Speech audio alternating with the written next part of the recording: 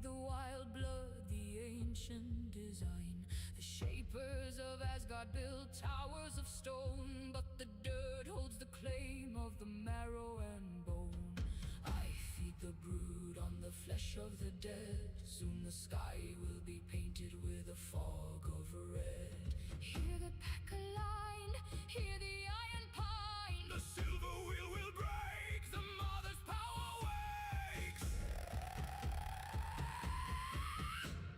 Yarn with the ironwood and iron bar.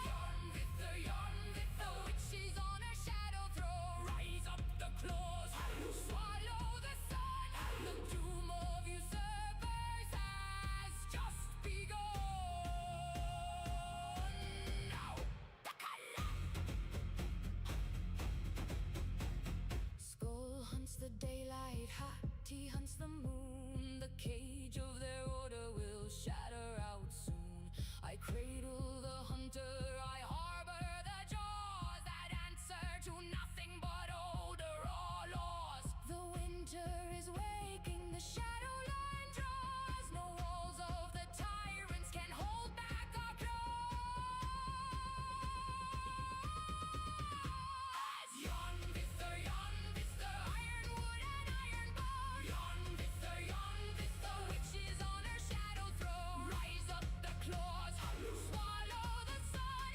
Doom of usurpers has just begun. Now, Takala!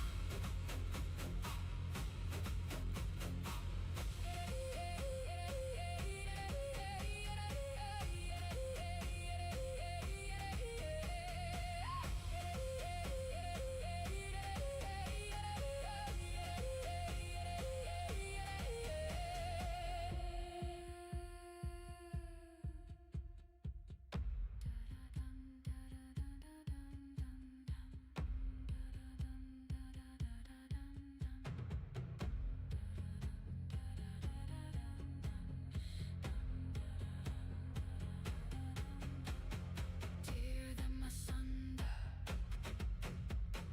tear them asunder, tear them asunder, tear them asunder, tear them asunder.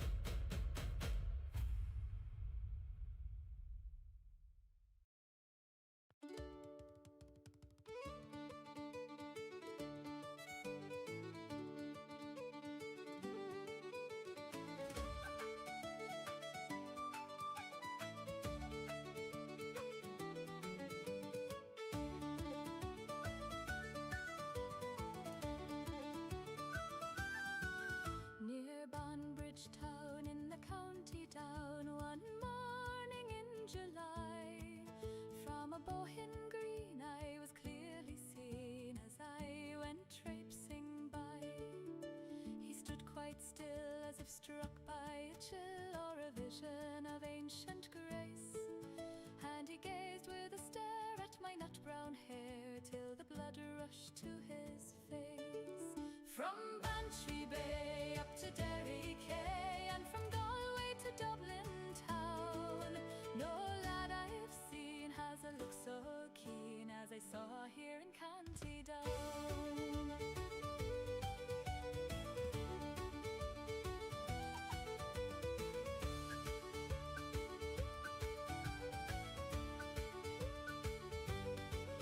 I gave no sign as he watched the line of my shadow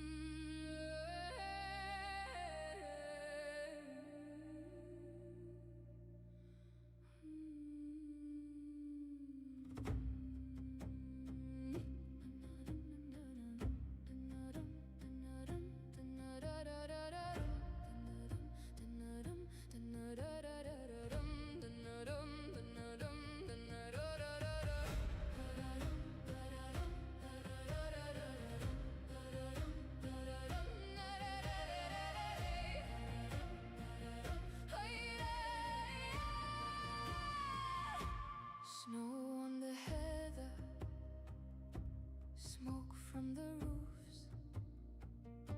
I stand on the ridge line, breathing the proof.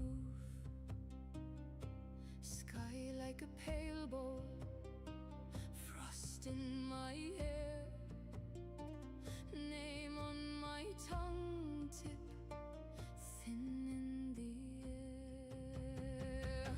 I call across the pines,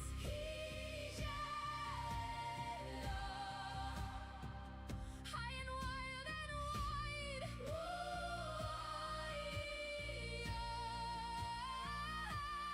If you're lost, then follow the sound.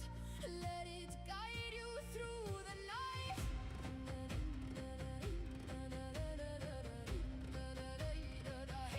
I call across the pines,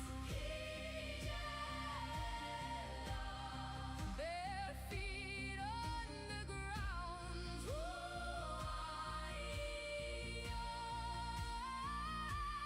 If your heart can hear my cry, you will find your way back home. Tracks in the powder, turning and gone. Wind takes the branches, breaks them in song.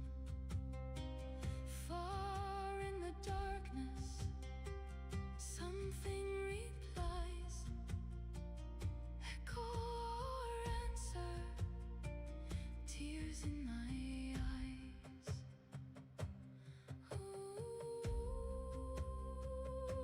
Where are you now? I won't fall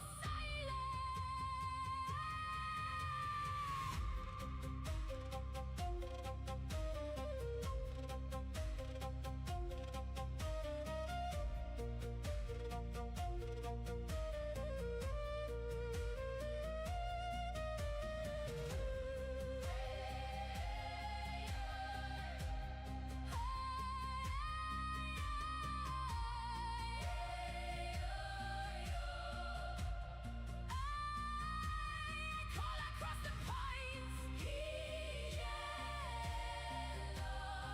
high, wild and wide.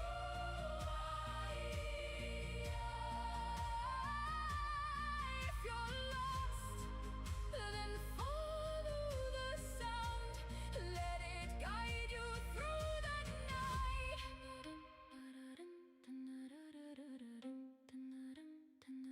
Come home.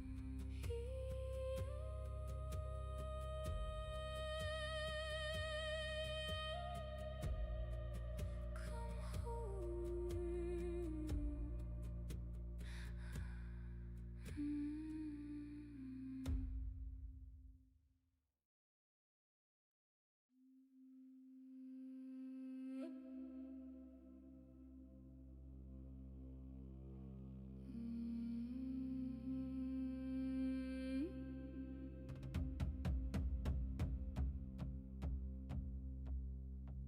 The fire smokes black when she walks through the door. A shadow that stretches across the stone floor. She carries the staff, she carries the sight, a piece of the morning in the heart of the night.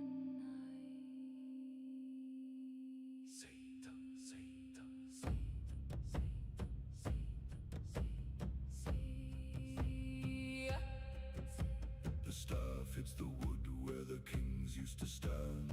Fate is a needle in a trembling hand. You asked for the rune, you asked for the flame, but you're too weak to carry the weight of your name. The thread is unweaving. The truth is bereaving. The vulva is spinning, the spirit and bone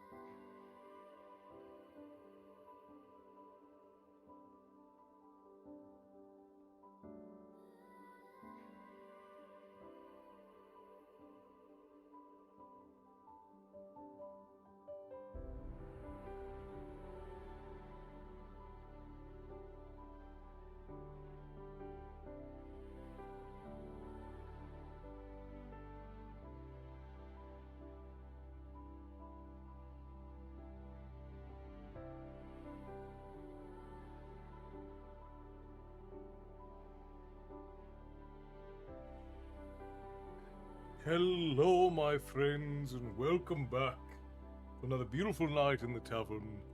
Uh, it has been a whirlwind of a week, a couple of weeks actually. Well, I would say the year has been a bit of a whirlwind, but today we are going to be reading what might be our last chapters in Eragon, which we should have done yesterday, but the lady and I were not quite home yet. Marina! Okay, well, first of all, we got a lot of resubs and things that came in while I was not on. So, Marina, please enjoy your mead of the Morning Star there, and then let's pop for Erin and for Milu, and then Sword Talk is brought around for the tavern. So, cheers to that. Jessica, hello, it's good to see you. Crow, hello, welcome in. And then the bear has his 100 stream streak. Bobby's in for 5. Very good. Thank you all for the hype train. And Erin is on a 5 stream streak. Thank you, my friends. You are all spectacular, and I appreciate all you do for us here at the tavern. So, sad news yesterday. We lost Tim Curry, and we lost Madonna, and I was informed that someone from the village people also passed away. So, and I'm sure hundreds and hundreds of others, but of the notable deaths, they took Dolly Parton and Tim Curry. Now Tim Curry's been in a wheelchair for a while, so we need to time the resub day to like 15 minutes in, so we can trigger hype trains. I mean, if you guys want, we can set it up that way. I don't ever want to like schedule anything around you guys giving us money, because it just feels scummy to me, and that's what a lot of creators do. But I understand what you mean, though. 25 over 2 years, that is crazy, and I appreciate. Oh, I mean us on our own. I resub next week. Yeah. Well, that's the other issue with it, is that everybody resubs at different times, so. I mean, us on our own. Oh, I see. Not with my help. I see. But yeah, we lost Dolly Parton. We lost Tim Curry. Tim Curry, as I said, he'd been in a wheelchair for a while.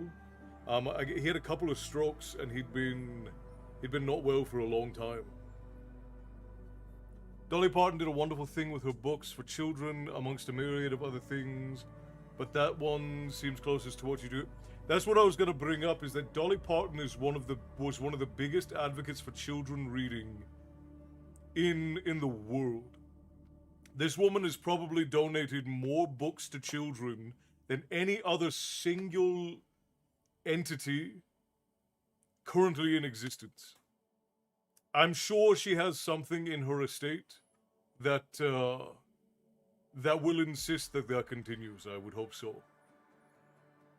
Her health started declining after her husband died, and their relationship was so incredibly beautiful. Matty, thank you kindly for the resub, my friend. Enjoy your mead of the Morning Star. Order up. Yeah, her health had started declining after her husband died, and their relationship was so beautiful. They were together for like, 50, 60 years. They were together for a very long time. And she never dated or remarried after him, because she basically said, if when I die I showed up with somebody else, I think he'd be very upset, as like her way of joking around it. And so she stayed single and did her own thing for a good long time after that. Baron Samari, my friend, Rich, good to see you. Welcome in. Man, I'm gonna miss Frankenfurter. Yeah, it is sad. My God, they were the sweetest. I love their love. Esther, hello, good to see you. Welcome in. Fernando, hello, my friend. Welcome. I just updated everything, and now everything's being a pain in the butt, as it usually is. So, my friends, how was everyone's week last week? The lady and I were on a bit of an adventure over the weekend. I'm still having face issues, so I won't bore you all with that. The dental issues that were supposed to be fixed last week did not get fixed, and they were made worse. So I'm not going to bring down the vibe by bitching and moaning about it. Dolly Parton shared nearly a 60-year journey with her husband. Having read extensively about her, I can say she was amazingly talented. She's a very generous and kind woman.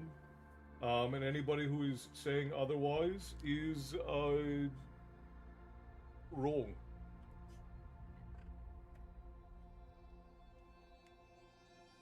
One of the things that bothers me about when celebrities pass is that people take it as an opportunity to like morally grandstand and try to make themselves out to be better than the person who died.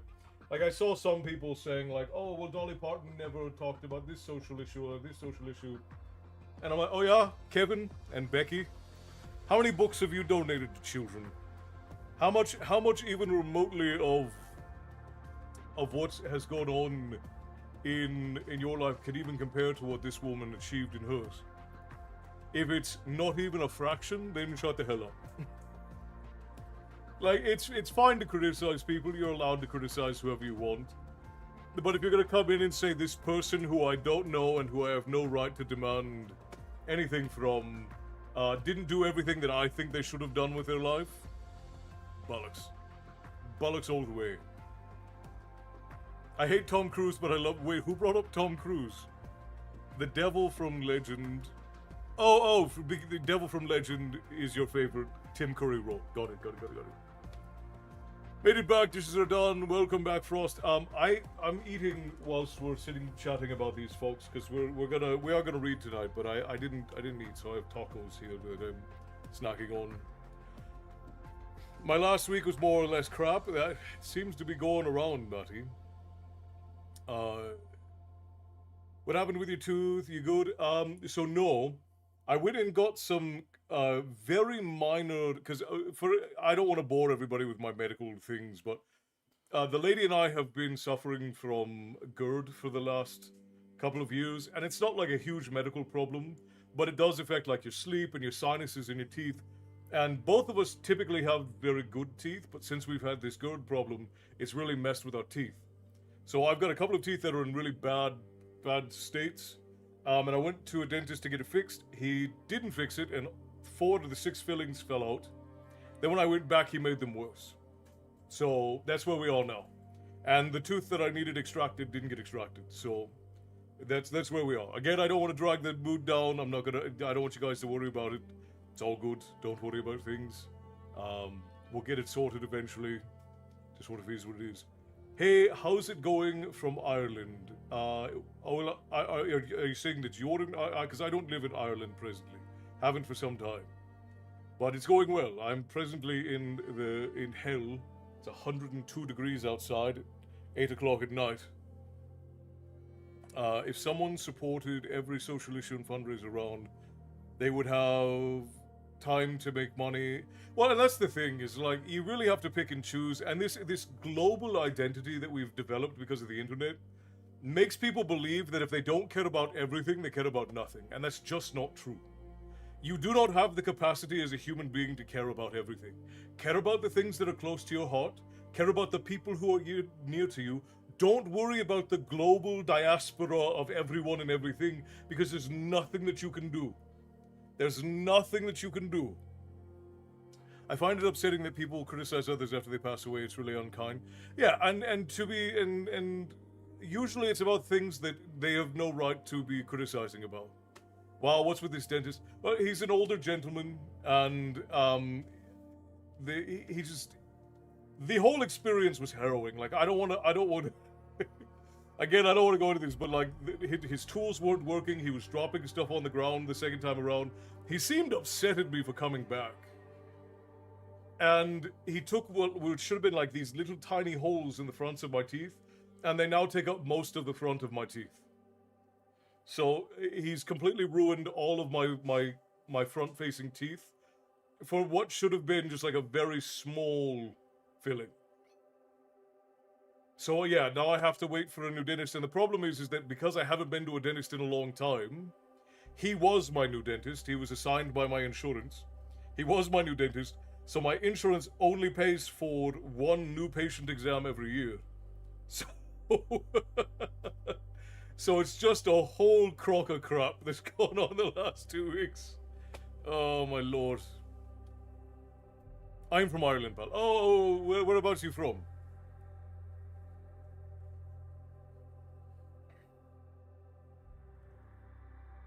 Yeah, and yeah, Bobby, I'm going to get a new dentist. It's going to take a little bit of time to get it all sorted out.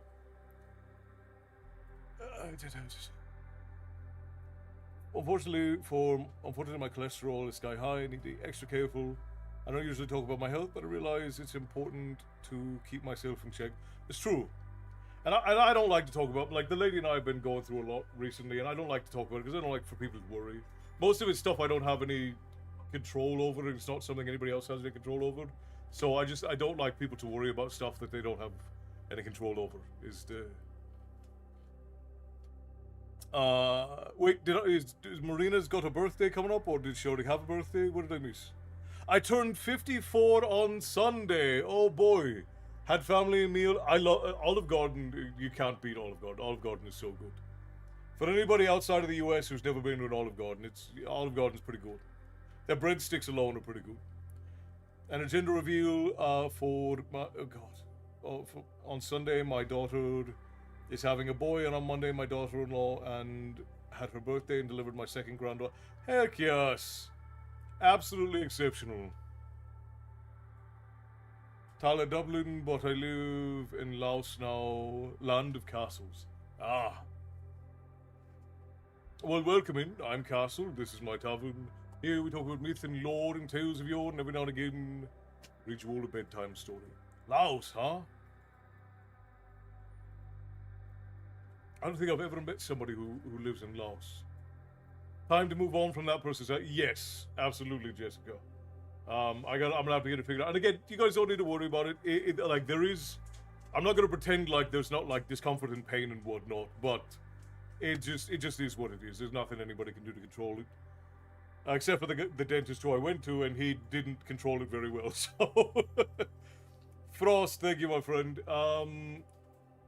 Let's go ahead and run them. We'll go ahead and run ads, and then when we're done, I'm gonna eat while we're chatting, and then we care about you, Castle. That's I know, Bobby, and I appreciate you guys. I just don't like to make you guys worry, because like most of the medical things the lady and I have going on, and this dental thing, like I brush my teeth twice a day, I floss 2 to 3 times a day, usually after I eat, and both of us have like we don't eat a whole lot of sugar. The most that I do is like I probably drink too much soda, but with how much I brush my teeth and how much water I drink, that really is negligible on my teeth.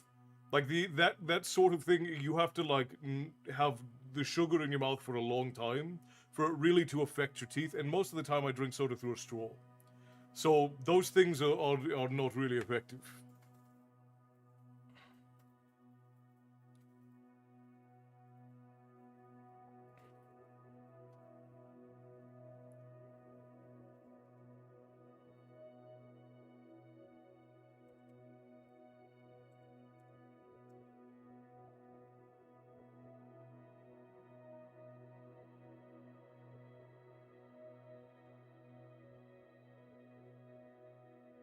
I can't see your name. Your name says user VVE VV3YE1VP, but Irish gentleman. I just thought you misspelled Laos. You mean you're from County Leinster, then? Like you're in County Laois, in Leinster is where you're from.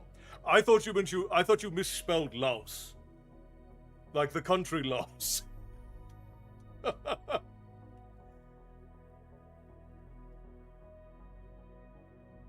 I don't know why I thought that, but that's immediately what my head said.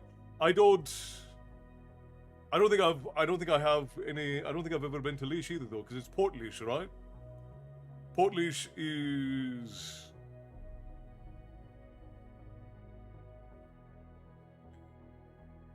in Port Laois is in Leinster, if I remember correctly. I also take good care of my teeth recently. Elsie had her teeth professionally polished and cleaned. Yeah, and that's it. Bernard or B. Okay, alright, very good, very good. Yeah, I don't know why when I saw... I don't know why when I saw it, I thought you were talking about Laos, but that's where my brain automatically went. I have family all over Ireland, and I lived in six, 7 different counties as a boy. But yeah, I'm right beside Port Leash. Oh, okay, excellent, wonderful. Because I do have family out in Leinster. I don't know if I've ever met somebody from Leash though. Well, you're not from there, but that's where you live. I don't know if I've ever met anybody who lives there. Jody, the Emeralds lady, welcome in, love. Good to see you. I hope you and your husband are doing well. Oh. Yeah, well, the lady and I, we do oil pulling, we do salt rinses, and that's what I mean. Like, we take very good care of our teeth and our bodies for the most part. Like, the lady drinks too much coffee, and she eats too much bread. And I probably drink too much soda, but those are really, like, our only vices. Like, we do not do a whole lot outside of that. Like, we don't drink, neither one of us smokes. We're very healthy. So, my mouth getting messed up like this from the GERD thing, part of it is because of diet. Like, I eat too much tomato and onion and garlic and things like that, and my body's just becoming intolerant to it as I'm getting older. But there's not a whole lot I could do about that because I didn't know I had it.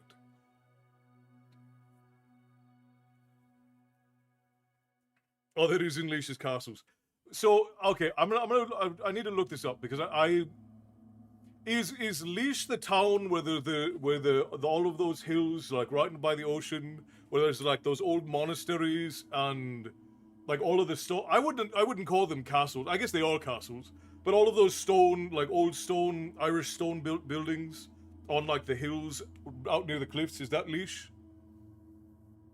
Because I might have been there. I might be misremembering.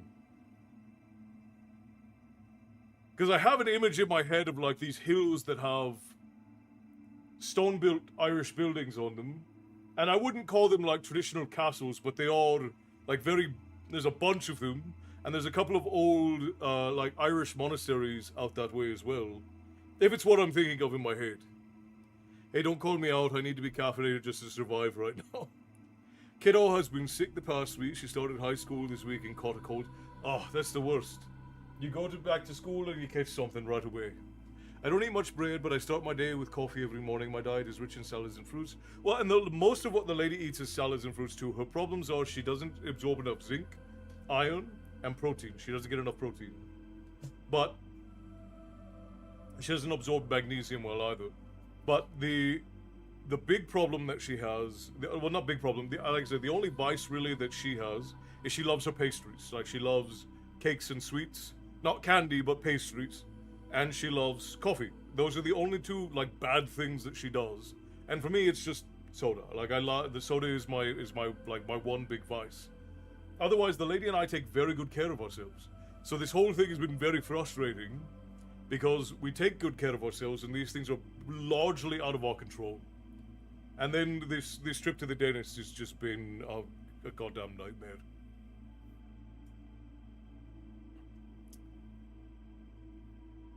I know I said I was going to eat, but I'm doing a lot of talking, and that's not getting any eating done. Pastries are fantastic. Yes, they are. I agree. Actually, because where we were this weekend, we went to visit family. My eldest sister and her husband, and my younger brother and his wife and son.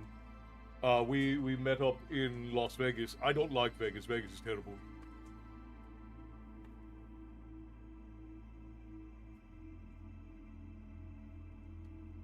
No, Leash is in the middle of Ireland, but I know what you're on about. That's like the west side, where most of them are still standing. Oh, okay. Yeah, okay, now I need to look up, because you say it's called the Land of Castles. And I need to, so I want to see.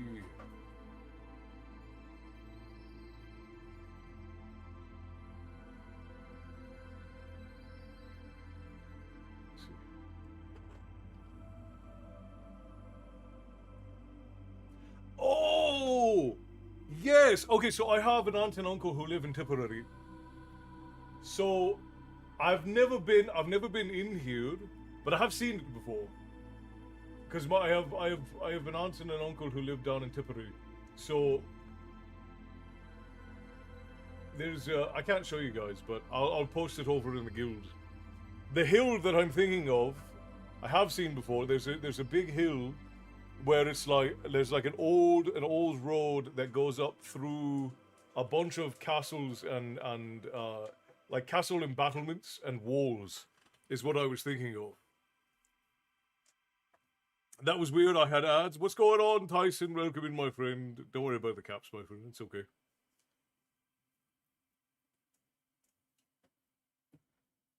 These are the most castles until, well, the English came over. Yeah, the English did a number on our castles and our forests, as a matter of fact.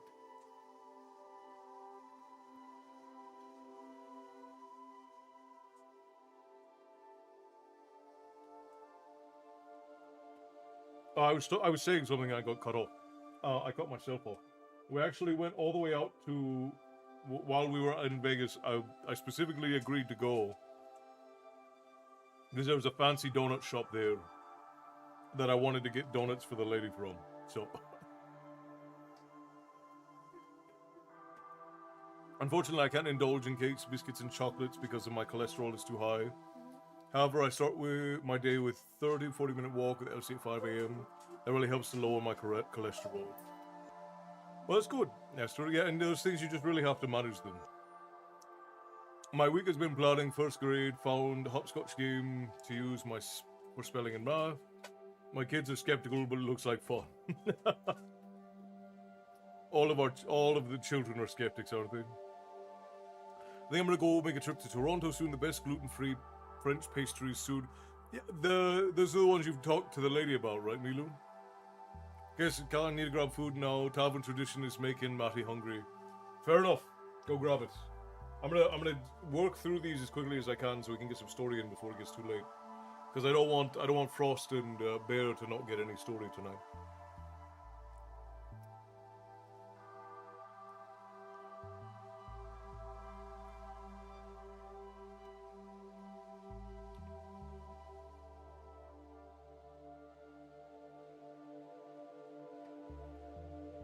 I'm in Port Harlington at the moment. And I think there's 5 or 6 castles or monasteries in 30 minutes in any direction. Well, the Irish were very prolific builders for very long. Like the Irish Celts built a lot of stuff over long periods of time. So Ireland is probably one of the more developed, like, Celtic countries as far as the number of buildings that existed before the English got there. And then a lot of them got turned into castles and monasteries as time went on. Is it cooling down for you, Castle? It's already warm here. Winter hardly felt like winter at all. It is not cooling down for us here, Esther. It is 102 degrees outside right now. Jody, I don't know if I raised a glass, but we'll all raise a glass with Jody here. Stories I know, I'm just glad to spend time in the tavern. Well, I'm glad to have you, Frost. I hope you've been alright, my friend.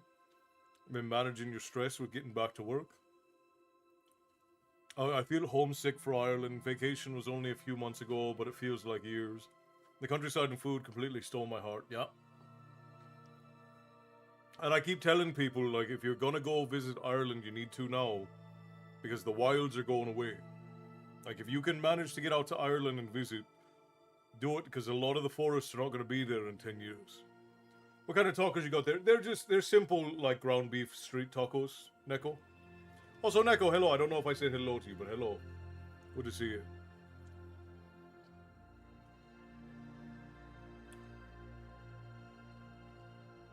Alright, I just want to make sure that I'm not ignoring anybody. Raijin, my friend! It's 107 and the sun just went down. Raijin, I was just out in Las Vegas and it was 111 the last day that we were there. Bloody dreadful.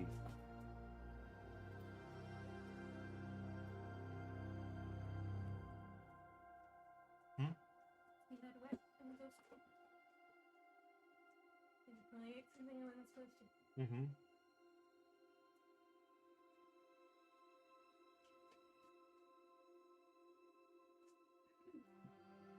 He probably ate the cat's pate.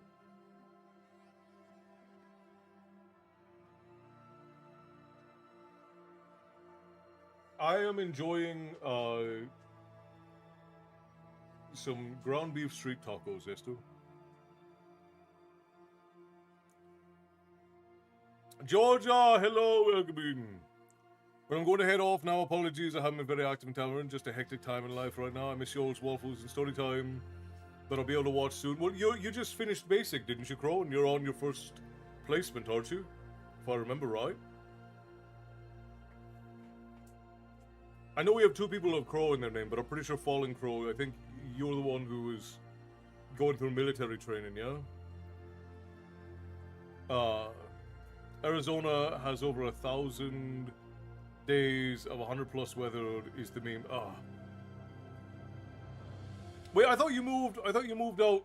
Didn't you move to North Carolina, Rajan? Did you move back? I thought you moved to the Carolinas. Oh, excellent. Well, I know you left a comment on a video and I meant to respond to it and I don't know if I did.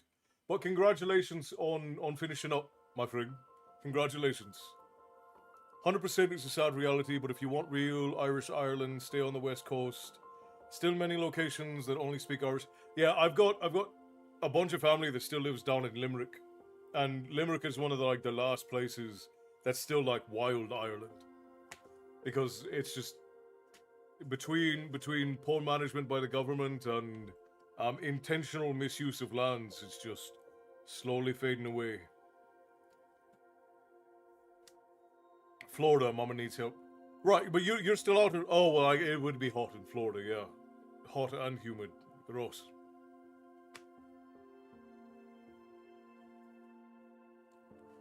Carolina barbecue pulled pork tacos and coleslaw has been a favorite lately. I mean, pulled pork tacos sound delicious. There's a place up near my brother that this is unrelated, but there's a place up near my brother, not entirely unrelated, near my brother, that does like fried chicken and fried chicken, coleslaw, pickles, and tater tots inside of like a quesadilla. It's very good. Hello from Miami, missed the tartan army down here. Met a lovely man who danced with me all night, and at the end of the night, grabbed me and kissed the shite out of me, and I never saw him again. That's a very Irish goodbye, Francesca. You have my apologies on behalf of the Irish.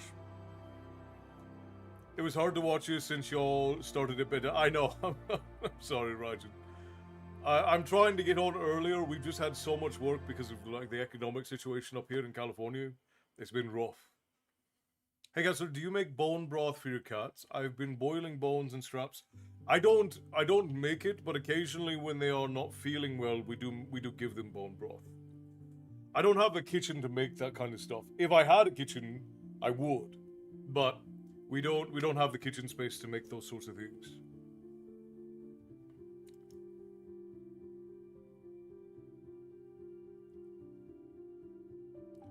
I'd be back with a bagel and cereal. Castle, I'd love to go to Ireland. Did they experience cold winters there? To say the least, Ireland experiences cold. Winters are very cold. The only place you're going to get a colder winter than Ireland is in the Nordics. When it comes to like Western and Northern Europe. Ireland's winters are very cold. Cold and wet. Cold and wet. My standards are very high now. We'll travel soon. That would be the thing to do. Hey! Clifford, my friend. Hello, good to see you. Welcome in. Well, now that I'm only an hour ahead, I can pop in. So, are you back in Arizona now? You were out in Florida, but now you're back in Arizona, right?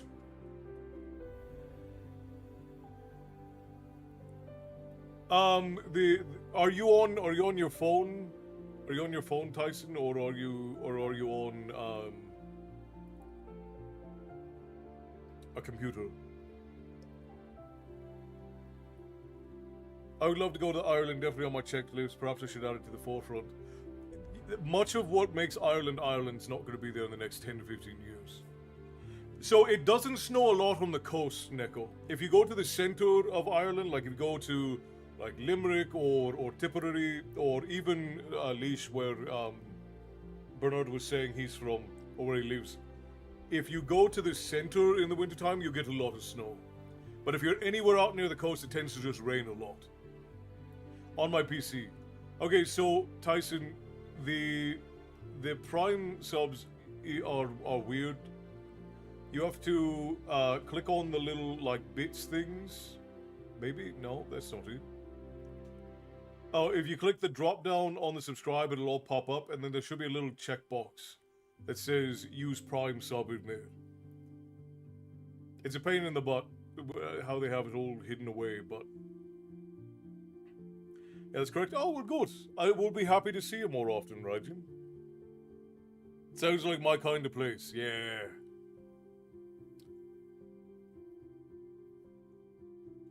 Homemade Asiago cheese bagels. Oh, you're speaking the lady's language. She loves bagels and she loves Asiago cheese. Prime subs work on mobile now properly. About damn time. I bet it's still not humid as here in South Florida. Sounds amazing. So it is very humid in Ireland, but it never gets hot.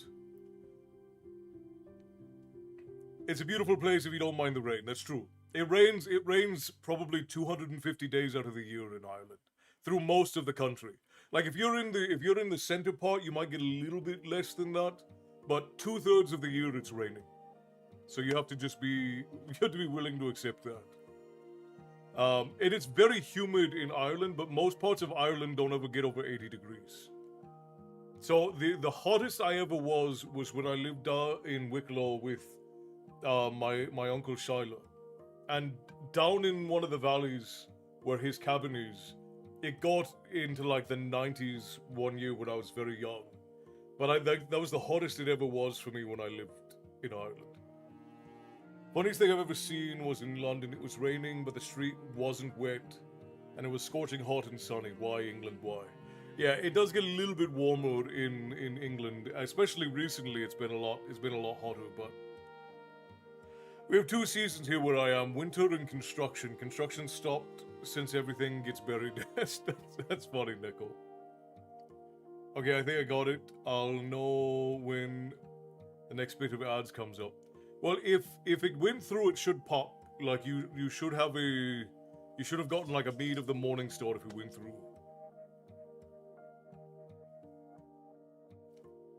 It was 112 here last Wednesday. I'm heading to Ireland. Yeah, it's been dreadfully hot in the US. We're out in Southern California. There you go. It popped for you. Get your hopefully, let's see. Get your mead of the morning star here. There you are. Mead of the morning star for our boy.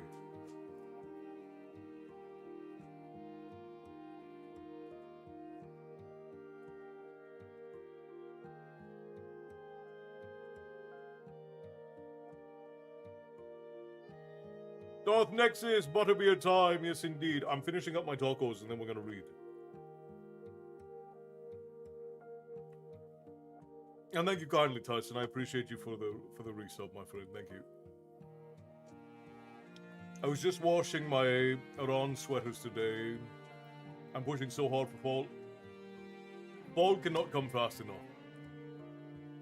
I mean, and it's never really cold out here in California. Like in the winter, it'll get down kind of cold, but it's very, very difficult to get any sort of real cold weather out here in California these days. It's usually ridiculously hot.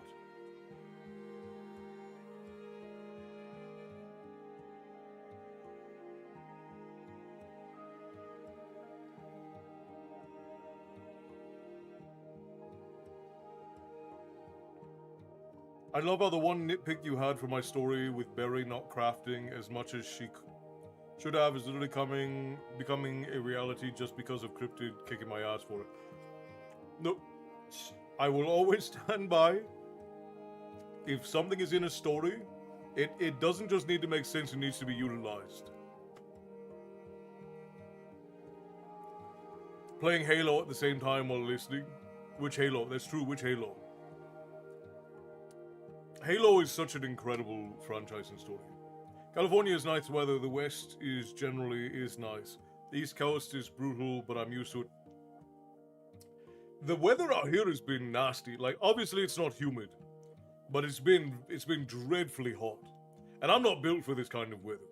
I've lived out here for almost 20 years, but I'm not built for this kind of weather. I'm built for the lands of the ice and snow.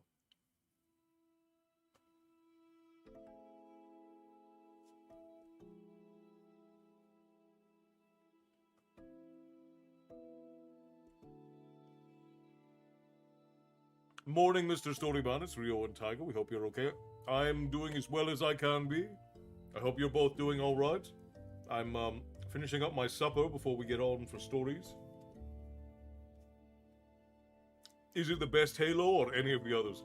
No, I would say that Halo 2 and 3 and Reach are probably like the best ones. And then ODST was okay. And pretty much everything after that was just air. And the most recent one is they've insisted on destroying it. Playing Halo 1 on the original Xbox is probably my favorite memory as a child. Yeah, I mean, it really was. Don't come to Miami. As much as I would love you to, it makes California seem tame. I have been to Florida twice since I've lived in the US. I've been to every state except for Alaska. No, that's not true. I have been to Alaska. I just haven't stayed up there.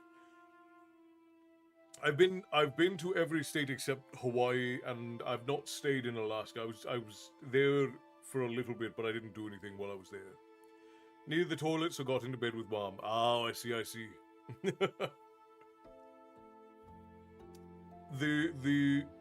I've been to Florida in February, which was all right, and then I was in Orlando in August, and it was terrible. Yeah, I've been everywhere in the mainland US. We've been having so many problems with the store, Matty. That was somehow that got shipped to you. I don't know how. Yeah, when I was younger, I did a lot of traveling. I traveled around with my grandfather quite a bit when I was young, when I lived in Ireland. And have you spent time? I grew up in Europe. Well, I grew up in Ireland mostly, but I lived with family in the Faroes and in Norway for a little bit as well. And I traveled with my grandfather a lot for work. So I lived in Germany for a little bit. I lived in Turkey for a little bit. I lived in Spain for a little bit, Italy for a little bit, and then I lived in Iraq for a little bit, and Taiwan, and a couple of other, like, just 3-4 months at a time living with my grandfather while he traveled when I was very young. And then when I moved to the US, I traveled around a lot for school and work when I was younger.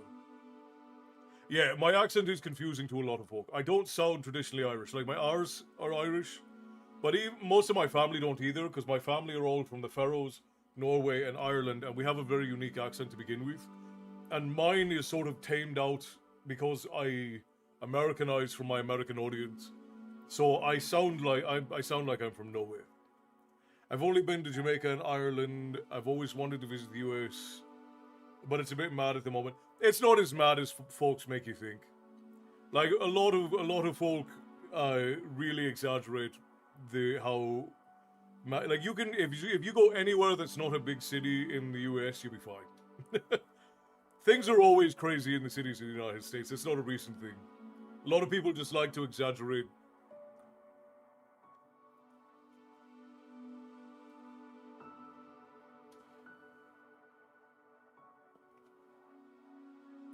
You should go to Key West, southernmost point of the country. Well, maybe in February or March. I would really like to take the lady down to the Keys. CC Joe, hello, good to see you. My grandson just asked me where you were from. Perfect timing. Well, wonderful. Yeah, I grew up in Southern Ireland mostly, and bounced around between all of the counties with family. My last 2 years in Ireland, I lived in Belfast with my grandfather. I lived for half a year in the Faroes with one of my uncles and aunts. And then I lived with my uncle Augur in Norway, north of Oslo, for a year as well when I was a boy. Even the way you said Ireland sounds proper Irish. It's hard not to, right? There's just some words that when they're committed to memory, you say them in whatever way. Rio thinks you sound like a traveler from Elrond or Helm's Deep. That's so cool. Yeah, see, I spent most of my childhood like sleeping on floors. Belfast or Dublin? Neither! Matty, Cork. Cork! It's Cork! Unless you're an Ulsterman, and then in which case then it'd be Belfast. But most folk from the good old Republic would tell you that it's Cork. Cork is the capital of Ireland, not Dublin. I was telling him that you read books to us and make voices and sing fun stuff. And we'll be doing that tonight. We're actually probably going to do the last chapters of Eragon here in a bit. I was just finishing up my food. We have thick Scottish accents just east of Glasgow. Yeah. Bobby, hello. It's not as bad as they say. Stay out of the cities. Yeah, that's generally the advice I give. Even the way... Oh, I already read that. Castle, how are Milo, Boo, and Coda doing? Yeah, they're all doing good. Boo and Milo are very happy that Mom is home. Evan, hello. Good to see you, my friend. I live in Virginia, and there are just cities where I stay out of. We just know we're not to go. Just like the way you know you get fined for speaking English. Don't want to go there then. Right. Yeah, pretty much. See, there you go. Another Irishman backs me up on it. Cork is the capital.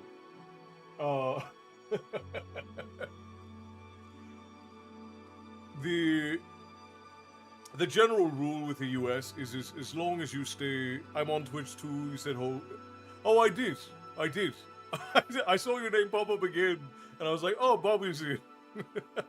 My brain is not functioning well. You'd have a great time. Yeah, and one of the things that I loved about the World Cup is it really broke this, like, media narrative that we all hate each other so much. Because we really don't. Like, Europeans don't hate Americans nearly as much as they think they do, and Americans don't hate Europeans nearly as much as they think they do.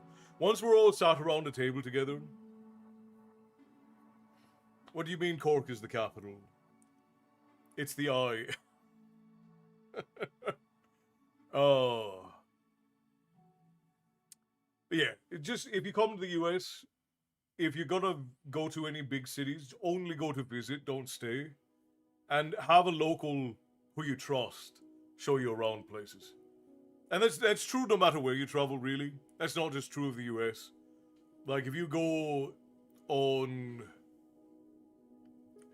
to London, go with a local who you trust. If you go to Dublin, go with a local who you trust. If you go to Paris, go with a local who you trust. Because these big cities just aren't safe. I have both up listening to here, working on AI for something. Oh, I see. I'm from Dublin and Cork is the capital. Yeah, it's only like really British Dubliners who will tell you that Dublin is the capital. Pretty much anybody else from Southern Ireland, from the Republic, will tell you that Cork is the people's capital, Dublin is England's capital.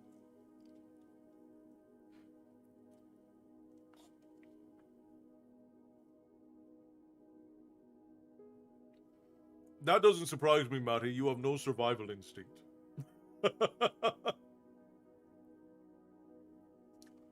If you come to Glasgow, just feed a local and we'll be your bestie.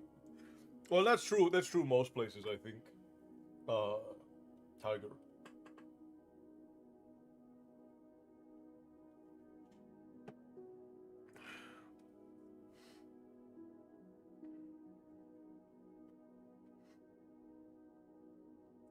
No one in my city is local, but it's so international here. I'm born and raised, but even I'm annoyed by people in the tourist areas. Yeah. And that's one of the big things is, like, if you're going to travel, don't be a tourist. And that just means, like, don't be obnoxious. because a lot of people will like go to places and like stand in the streets and be rude and be loud, and a lot of time that gets put on Americans, but it's true of all travelers. Like if you go to London, it's not just Americans who are there being loud. Like you'll see folks from India and from other parts of Asia and from Africa and from America who are being obnoxious in the streets. And it's the same thing here in the US at touristy areas. There's people from all over who are being obnoxious. Like one of the things I try my best to debunk is this idea that any one group of people is the problem, because we all need to point at jerks. We all need to point at you pardon my one swear for this month. We all need to point at the assholes and say those guys are the problem, and rather than generalizing about just like certain people, because you'll find all the time you'll get people who come from England to the United States and they make asses of themselves in Los Angeles or Las Vegas. It happens all the time. I've never had a bad time in any country I've visited. Just don't be a jerk. Yeah, that's about it. I was about to say, there's like this thing where all Americans are loud and it's just not true. Yeah. And there are some, don't get me wrong, like some Americans have no volume control, but I also am very loud. And I'm not loud because I'm like yelling. I'm loud because I that's just my natural volume is loud. From Germany too, my Danish father pointed that out in a restaurant once. Yeah. It's so weird because Germans in Germany tend to be like very reserved, but Germans in other countries tend to be twats. Not all of them, obviously, but like if Germans are traveling, they tend to make it everybody's problem, which is a funny thing. Because if you go to Germany, Germans are usually very reserved in their own country. Too much ale, not much sense. Yeah.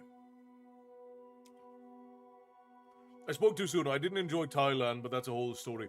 Thailand was weird, because I went to Taiwan and I went to Thailand with my grandfather, and Taiwan was okay. Thailand was strange. I was young, so I don't remember it all, but I remember Thailand was very strange. My German ancestors were rolling in their graves.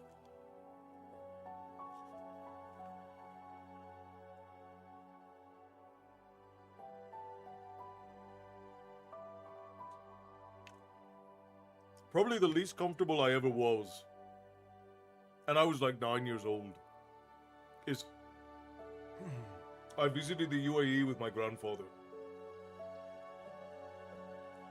And I had two people try to kidnap me, and one guy tried to buy me from my grandfather while I was there.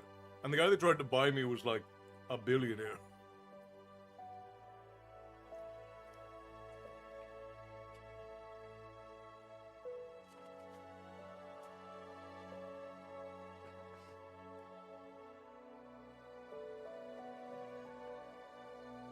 Everyone tells me I need to turn my volume up, but then I'm yelling at people. Ryden, you are one of the most soft-spoken people I've ever met. And it's not even like your voice is low volume. You sound like you're whispering in disdain at people. Like you sound like you're speaking under your breath, in your natural speaking voice. You sound like you're speaking under your breath in disdain at people. The World Cup is legit one, if not the best time I've ever had in my life because of all the love and fun we had all shared. Amazing time. Yeah, I loved that. I loved watching all of the people from all over come together and enjoy North American hospitalities and foods, and really just get together and realize that in spite of all of the bollocks that you see online and in the media, we're all people and we tend to get along over a meal or, you know, around a campfire. And when we can get together like that, it's a lot easier to just enjoy each other's company. My friends, it's 4:45 a.m. I shall get some sleep before I go to work tomorrow, but I'll be listening in. I have it playing in the background. Bernard, it was wonderful to meet you, my friend. Thank you, my guy. Have a good rest of your day. You as well. And I hope that you have a wonderful rest of your evening, and that tomorrow you rise ready to face the day and conquer all that comes before you.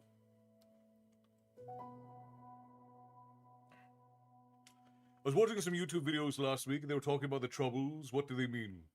Oh boy! That's a hell of a question, Tyson. Okay. Everyone just thinks I'm angry because of my accent. Yeah, I suppose the Scottish do kind of have an aggressive accent, especially if you're from like the south.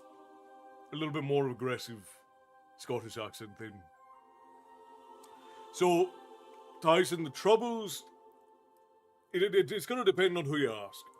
But the Troubles roughly explains about 150 years of Irish history, starting in about the 1850s, all the way up until the 1990s. And these were a series of embattlements between the Irish people and the English government, and between the Irish people and the Irish people. So the Troubles refers to three different major events. One that happened in the 1860s, 1870s, that lasted all the way up into the 1920s, then again in the 1860s, and then again, not 1860s, 1960s, and then again in the 1990s.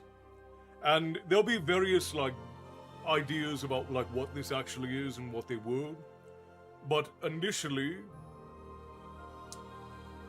there was these conflicts between the Irish government, or the English government, the British government, and the Irish people that led to lots of riots, lots of embattlements with the people, and generally a lot of people getting hurt and dying over essentially the British government trying to unite the Irish people, but also trying to get rid of a lot of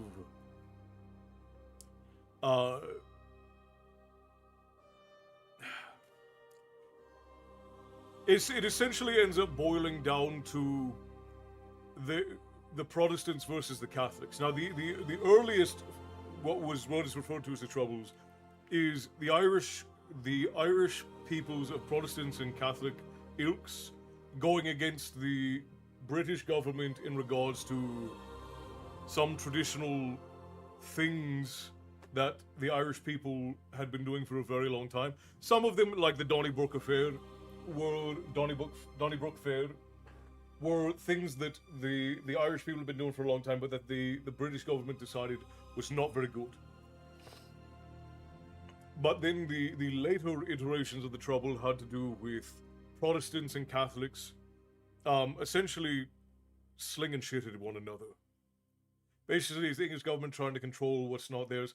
Yeah, and to a degree, the British government, I don't like to say that they were entirely in the wrong, because there was a lot of embattlement that went on between just the different factions of the Irish religious folks, of the Protestants and the Catholics. But there were also other things involved there, and the English were just trying to make peace, but they didn't do a good job. So they can be given points for effort, but not for execution. And then in the 1960s, there were riots because the Catholics and the Protestants were having basically a turf war. And then in the 1990s, something similar happened. I was actually at the riots in 1997, and I got shot in the face with a rubber bullet, and several of my grandfather's friends and family got hurt. Need to restart my laptop. Be back as soon as I can. All right, I'll wait till you get back to start reading Frost, because I don't want you to miss out. Okay, my stepdad was in the British Army in the mid-70s in Ireland fighting the IRA. Yeah. And what we know is the IRA today largely comes from the depictions in the 1960s of the Irish Republican Army that rose up as sort of, I don't like to use the word terrorist, but they were in many cases essentially using terrorist tactics to fight against the British government and to fight against each other. And yeah, the what we see is the IRA did rise up as during the Troubles in the 1960s. And that embattlement lasted for like 15, 20 years. I don't remember exactly how long it lasted.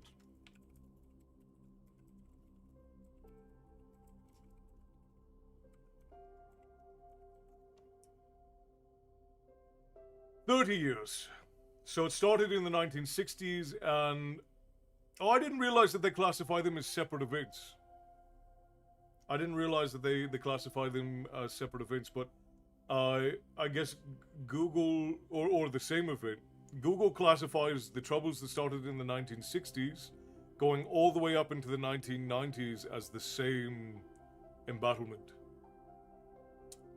And then they classify the first one, or the middle one in the 1920s, and then the other one going back to the 1860s. Before I go to sleep, yes, it's still happening today. The Troubles people just don't talk about. The IRA still uses guerrilla tactics. That's true. That is true. There is still a lot of unrest in regards to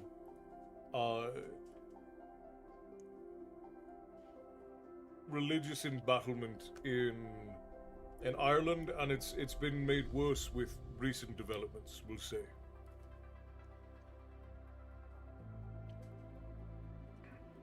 Alright, good night, Bernard. Go to sleep, my friend.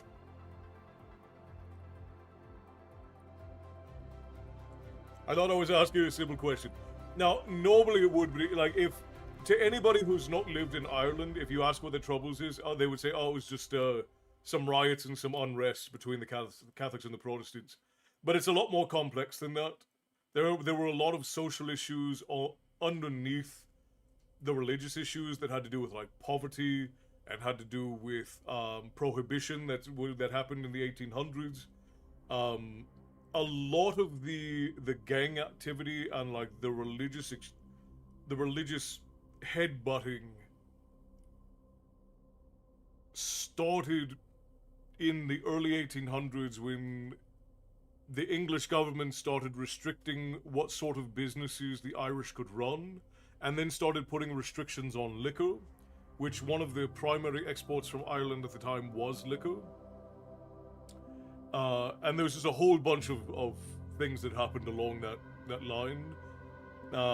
And it ended up being a good deal more complex than just Catholics versus Protestants. That was the Catholics versus Protestants aspect of it was sort of like the straw that broke the camel's back, right? It was the final temperature degree in the bubbling, but there was a whole lot of social unrest that happened underneath it. The big thing was like prohibition made it so that a lot of men were being forcibly conscripted into war, or were being arrested, or and a lot of women were having their children taken away, and so there's just a whole lot of things that were a part of it that would so much more than the religious context that is just like the surface part of what most folk give.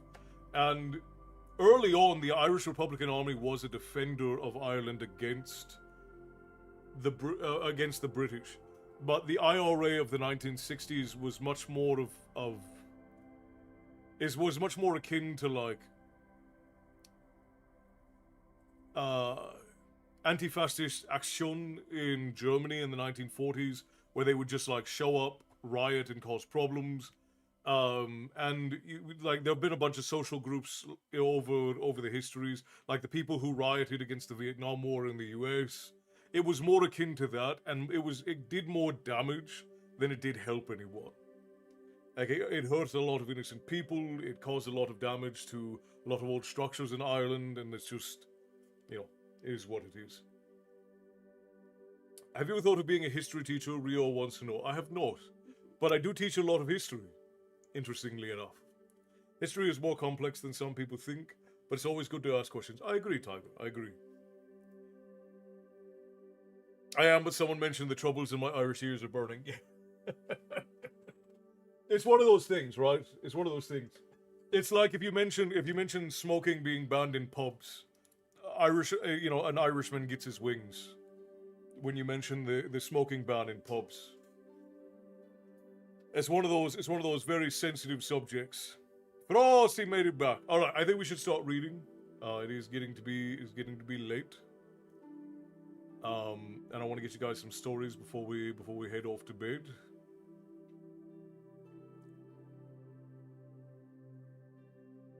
Oh my gosh, I apologize to our Facebook friends. I'm sorry that I haven't been seeing you guys' stuff come in. I apologize. I don't know if anybody's even still here, but Attis Malene says, if you love stories or if you're storyteller, you should really come next year to the Valhalla Viking Festival. You and your maiden will love it, just consider it. The lady and I would be happy to attend any events. The issue is that we have a very difficult time traveling because of how busy we are. Have to go now, but I hope to hear back from you about your thoughts. The lady and I are always happy to attend events if folks want to have us out. Love the little history nuggets in your delivery. Keep it up, man. Makes my breaks at work interesting. Justin, it's an absolute pleasure. I'm glad that you enjoy and thank you kindly for the compliment. I don't know why the Facebook chats aren't showing up for me on the mixed chat. That's weird. I was seeing them for a little bit because I saw when Georgia and Fernando came in, but the other ones just didn't show up for some reason. Interesting. I don't see them at all in the back scroll either.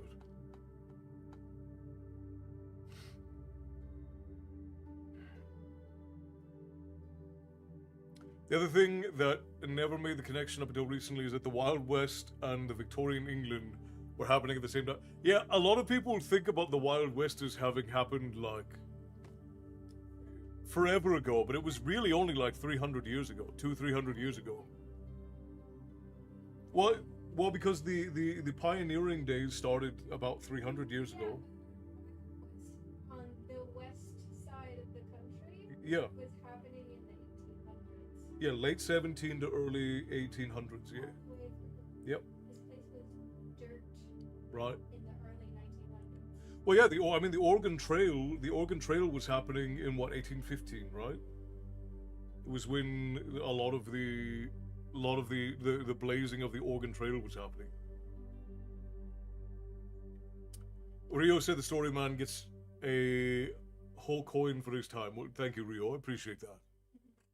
Thank you all. Unfortunately, it's time for me. Morning has come way too early to me to do the work. I'm sorry, Frost. I hope you have a good night, my friend.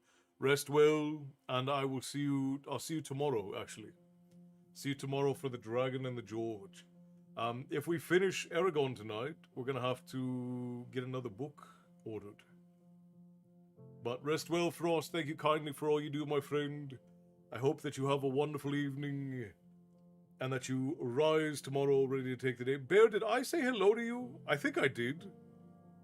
I don't know that my brain is telling me I didn't say hello to you, Bear. But hello. I don't know that I saw you drop in or not, but...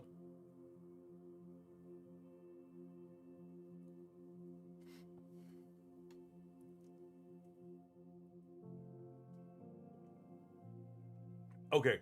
All right, I'm sorry. I'm so tired and my face hurts so much. And I'm not like fully cognizant, so you'll forgive me if I repeat myself a couple of times.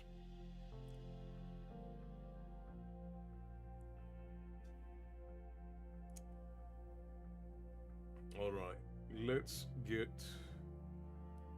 stories started. Good. I would hate to have missed you.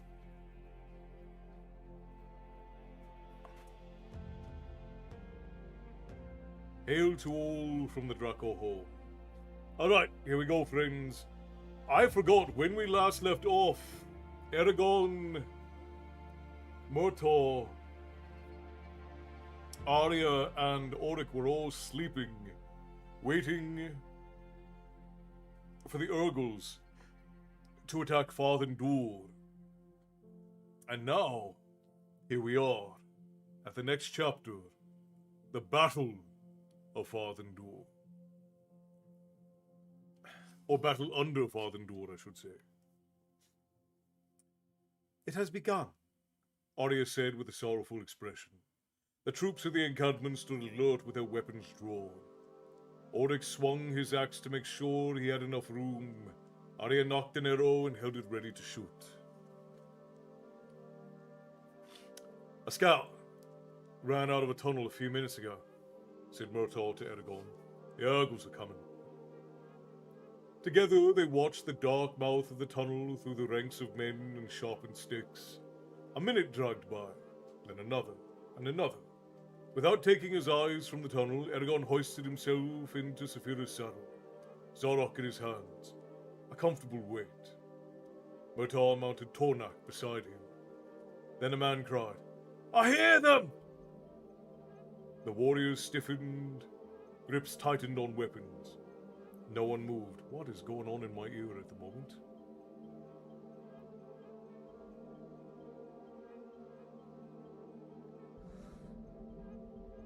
Got some SCP music playing in my ear. Give me a second.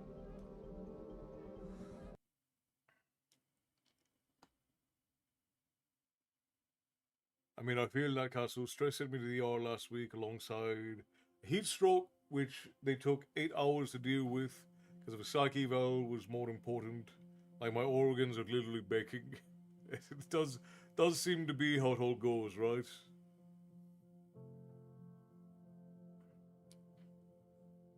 Well, I hope that you're feeling better, Matty, and that you're taking care of yourself, brother.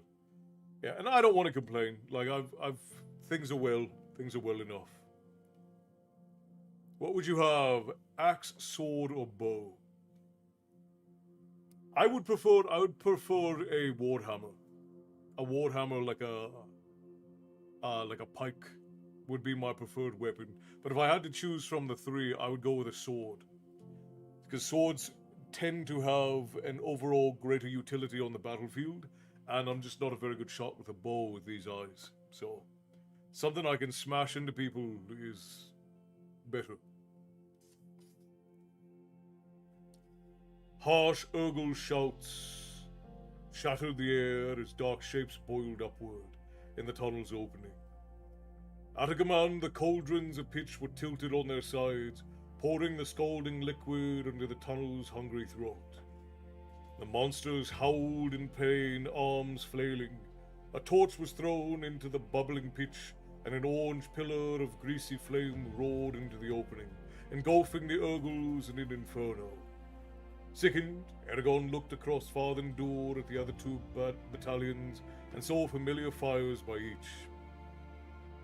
He sheathed Zorok and strung his bow. More Urgles soon tamped the pitch down and clambered out of the tunnels over their burned brethren. They clumped together, presenting a solid wall to the men and dwarves. Behind the palisade, Oryx had helped build. The first row of archers pulled on their bows and fired. Eragon and Arya added their arrows to the deadly swarm and watched the shafts eat through the ranks of Urgles. The Urgle line wavered, threatening to break, but they covered themselves with their shields and weathered the attack. Again the archers fired, but the Urgles continued to stream onto the surface at a ferocious rate.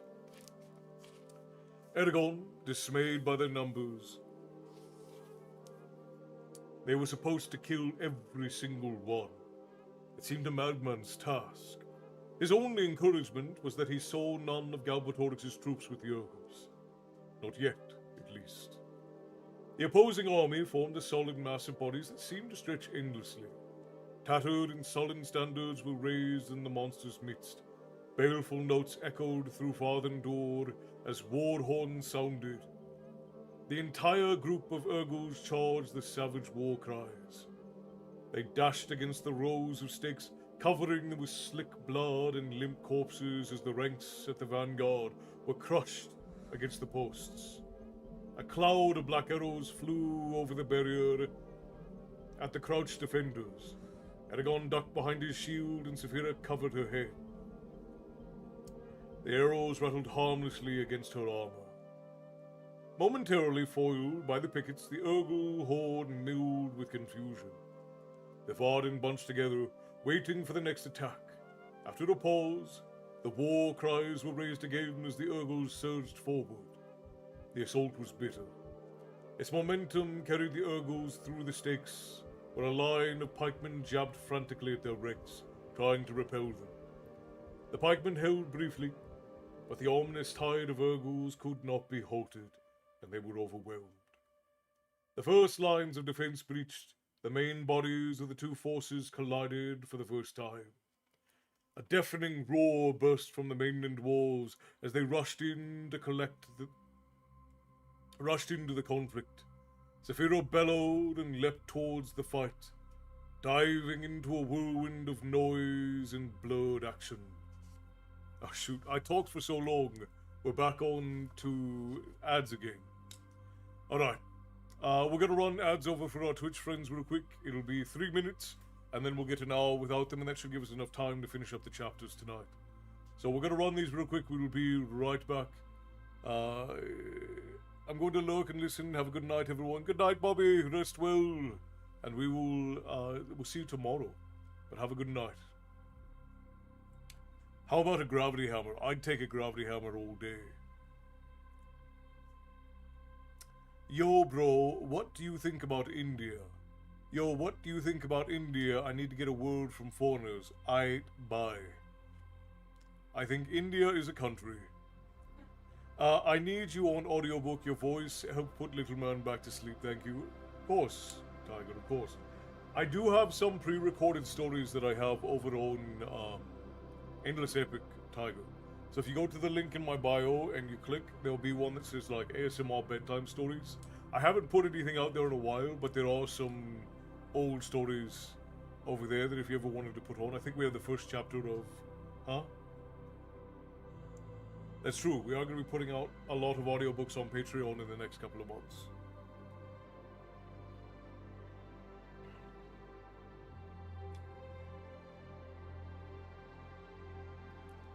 I do find it funny when people drop into streams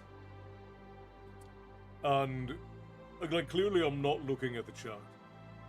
And then they get upset when I'm not reading the chat.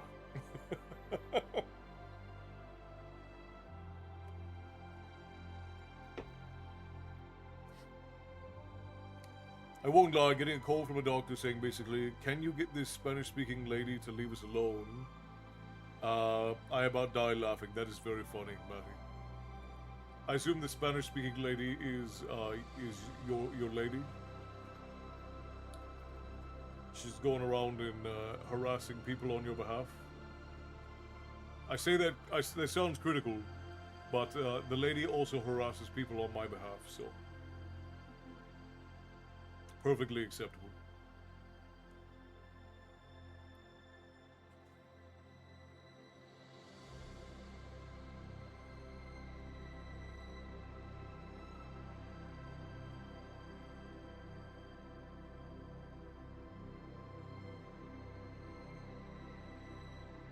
Ugh.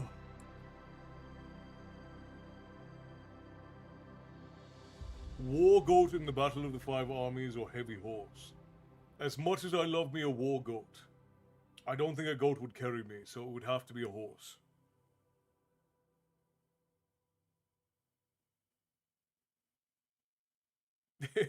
Fair enough, Matty, fair enough.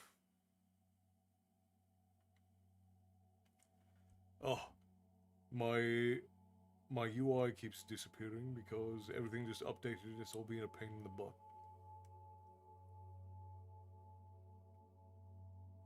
And now TikTok wants to disappear too.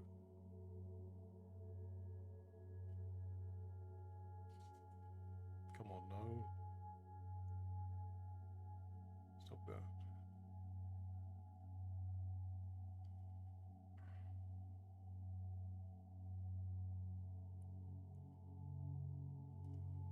Legolas's horse was a beautiful breed. A lot of the horses they used in the films were really beautiful horses. You're gonna be, that's, I assume that was supposed to be an emote, Jazz. But you're gonna go lurk, or are you saying that you are lurking? I mean, Shadowfax is the king of horses, why wouldn't you? Alright, friends, back into the story. Here we go.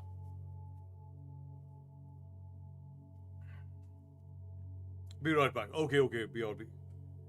Now, my lady can stop telling me that's a nice try to my castle in Power World.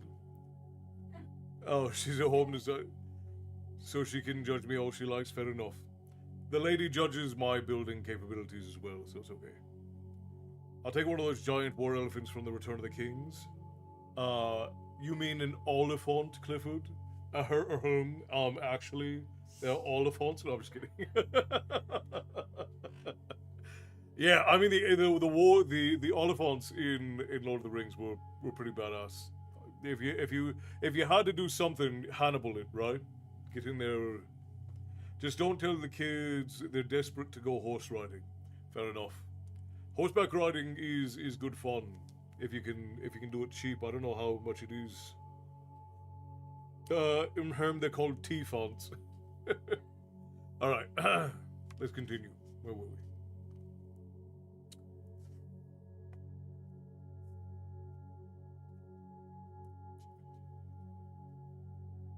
Saphira bellowed and leapt forward toward the fight, diving into a whirlwind of noise and blurred action. With her jaws and talons, Saphira tore through an Urgle. Her teeth were lethal as any sword, and her tail a giant mace. From her back, Eragon parried a hammer blow from an Urgle chief, protecting her vulnerable wings. Zarok's crimson blade seemed to gleam with delight as the blood spurted along his length. From the corner of his eye, Eragon saw Oric hewing Urgle necks with mighty blows from his axe. Besides the dwarf was Murtaugh on Tornak, his face disfigured by a vicious snarl as he swung his sword angrily, cutting through every defense. Then Saphira spun around, and Eragon saw Arya leap past the lifeless body of an opponent. An Urgle bowled over a wounded dwarf and hacked at Saphira's front leg. His sword skated off of her armor with a burst of sparks. Eragon smote him on the head, but Zarok struck the monster's horns and was yanked from his grasp. With a curse, he dived off Saphira and tackled the Urgle, smashing his face with the shield, and he jerked Zarok out of the horns, then dodged as another Urgle charged him. "Saphira, I need you!" he shouted, but the battle's tide had separated them. Suddenly a cold jumped at him, club raised for a blow. Unable to lift his shield in time, he uttered, "Jada!" And the coal's head snapped back with a sharp report as his neck broke. 4 more Urgles succumbed to Zarok's bite. Then Murtaugh rode up beside Eragon, driving the press of Urgles backward. "Come on!" he shouted and reached down from Tornak, pulling Eragon onto the horse. They rushed towards Saphira, who was embroiled in a mass of enemies. 12 spear-wielding Urgles encircled her, needling her with their lances. They had already managed to prick both of her wings. Her blood splattered the ground. Every time she rushed into one of the Urgles, they bunched together and jabbed at her eyes, forcing her to retreat. She tried to sweep the spears away with her talons, but the Urgles jumped back and evaded her. The sight of Saphira's blood enraged Eragon. He swung off Tornak with a wild cry and stabbed the nearest Urgle through the chest, withholding nothing in his frenzied attempt to help Saphira. His attacks provided the distraction she needed to break free, and with a kick she sent an Urgle flying, then barreled to him. Eragon grabbed one of her neck spikes and pulled himself onto her saddle. Murtaugh raised his hand and then charged into another knot of Urgles. By unspoken consent, Saphira took flight and rose above the struggling armies, seeking a respite from the madness. Eragon's breath trembled. His muscles were clenched, ready to ward off the next attack. Every fiber of his being thrilled with energy, making him feel more alive than ever before. Saphira circled long enough for them to recover their strength, then descended towards the Urgles, skimming the ground to avoid detection. She approached the monsters from behind, where their archers were gathered, and before the Urgles realized what was happening, Eragon lopped off the heads of 2 archers and Saphira disemboweled 3 others. She took off again as alarms sounded, quickly soaring out of bow range. They repeated this tactic on a different flank of the army. Saphira's stealth and speed combined with the dim light made it nearly impossible for the Urgles to predict where she would strike next.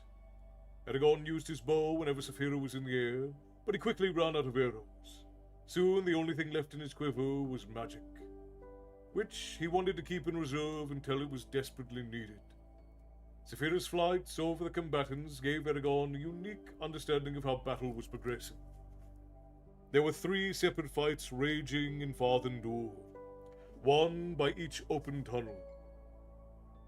The Urgles were disadvantaged by the dispersal of their forces and their inability to get all their army into the tunnels at once. Even so, the Varden and dwarves could not keep the monsters from advancing and were slowly being driven back towards Trondheim. The defenders seemed insignificant against the mass of Urgles, whose numbers continued to increase as they poured out of the tunnels. The Urgles had organized themselves around several standards, each representing a clan, but it was unclear who commanded them overall. The clans paid no attention to each other, and if they were receiving orders from elsewhere, Eragon wished he knew who was in charge, so he and Saphira could kill him. Remembering Al-Jihad's orders, they began relaying information to the twins.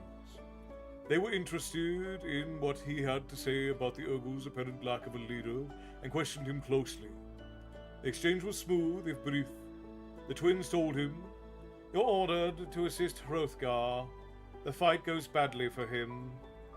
"Understood," Eragon responded. Saphira swiftly flew to the besieged walls, swooping low over Hrothgar. Arrayed in golden armor, the Dwarf King stood at the ford of a small knot of his kin, wielding Volond, the hammer of his ancestors. His white beard caught the lantern light as he looked up at Saphira. Admiration glinted in his eyes. Saphira landed beside the dwarves and faced the oncoming Urgles. Even the bravest Cole quailed before her ferocity. Allowing the dwarves to surge forward, Eragon tried to keep Saphira safe. Her left flank was protected by the dwarves, but her front and right raged a sea of enemies. He showed no mercy to those who took every advantage he could, using magic whenever Zorok could not serve him. A spear bounced off his shield, denting it, and leaving him with another bruise in his shoulder. Shaking off the pain, he cleaved open the Urgle skull, mixing brains with the metal and bone. He was in awe of Hrothgar, who, though he was ancient by both the standards of men and dwarves, was still undiminished on the battlefield. No Urgle, called or not, could stand before the Dwarf King and his guards and live. Every time Volund struck, it sounded the gong of death for another enemy. After a spear downed one of his warriors, Hrothgar grabbed the spear himself and with astounding strength hurled it completely through the owner 20 yards away. Such heroism emboldened Eragon to even greater risks, seeking to hold his own with the mighty king. Eragon lunged at the great Cole, nearly out of reach, and almost fell from Saphira's saddle. Before he could recover, the Cole darted past Saphira's defenses and swung his sword. The brunt of the blow caught Eragon on the side of his helm, throwing him backward and making his vision flicker and his ears ring thunderously. Stunned, he tried to pull himself upright, but the Cole had prepared for another blow. The Cole's arm was distended as a slim steel blade suddenly sprouted from his chest. Howling, the monster toppled to the side. In his place stood Angela. The witch wore a long red cape over outlandish flanged armor enameled black and green.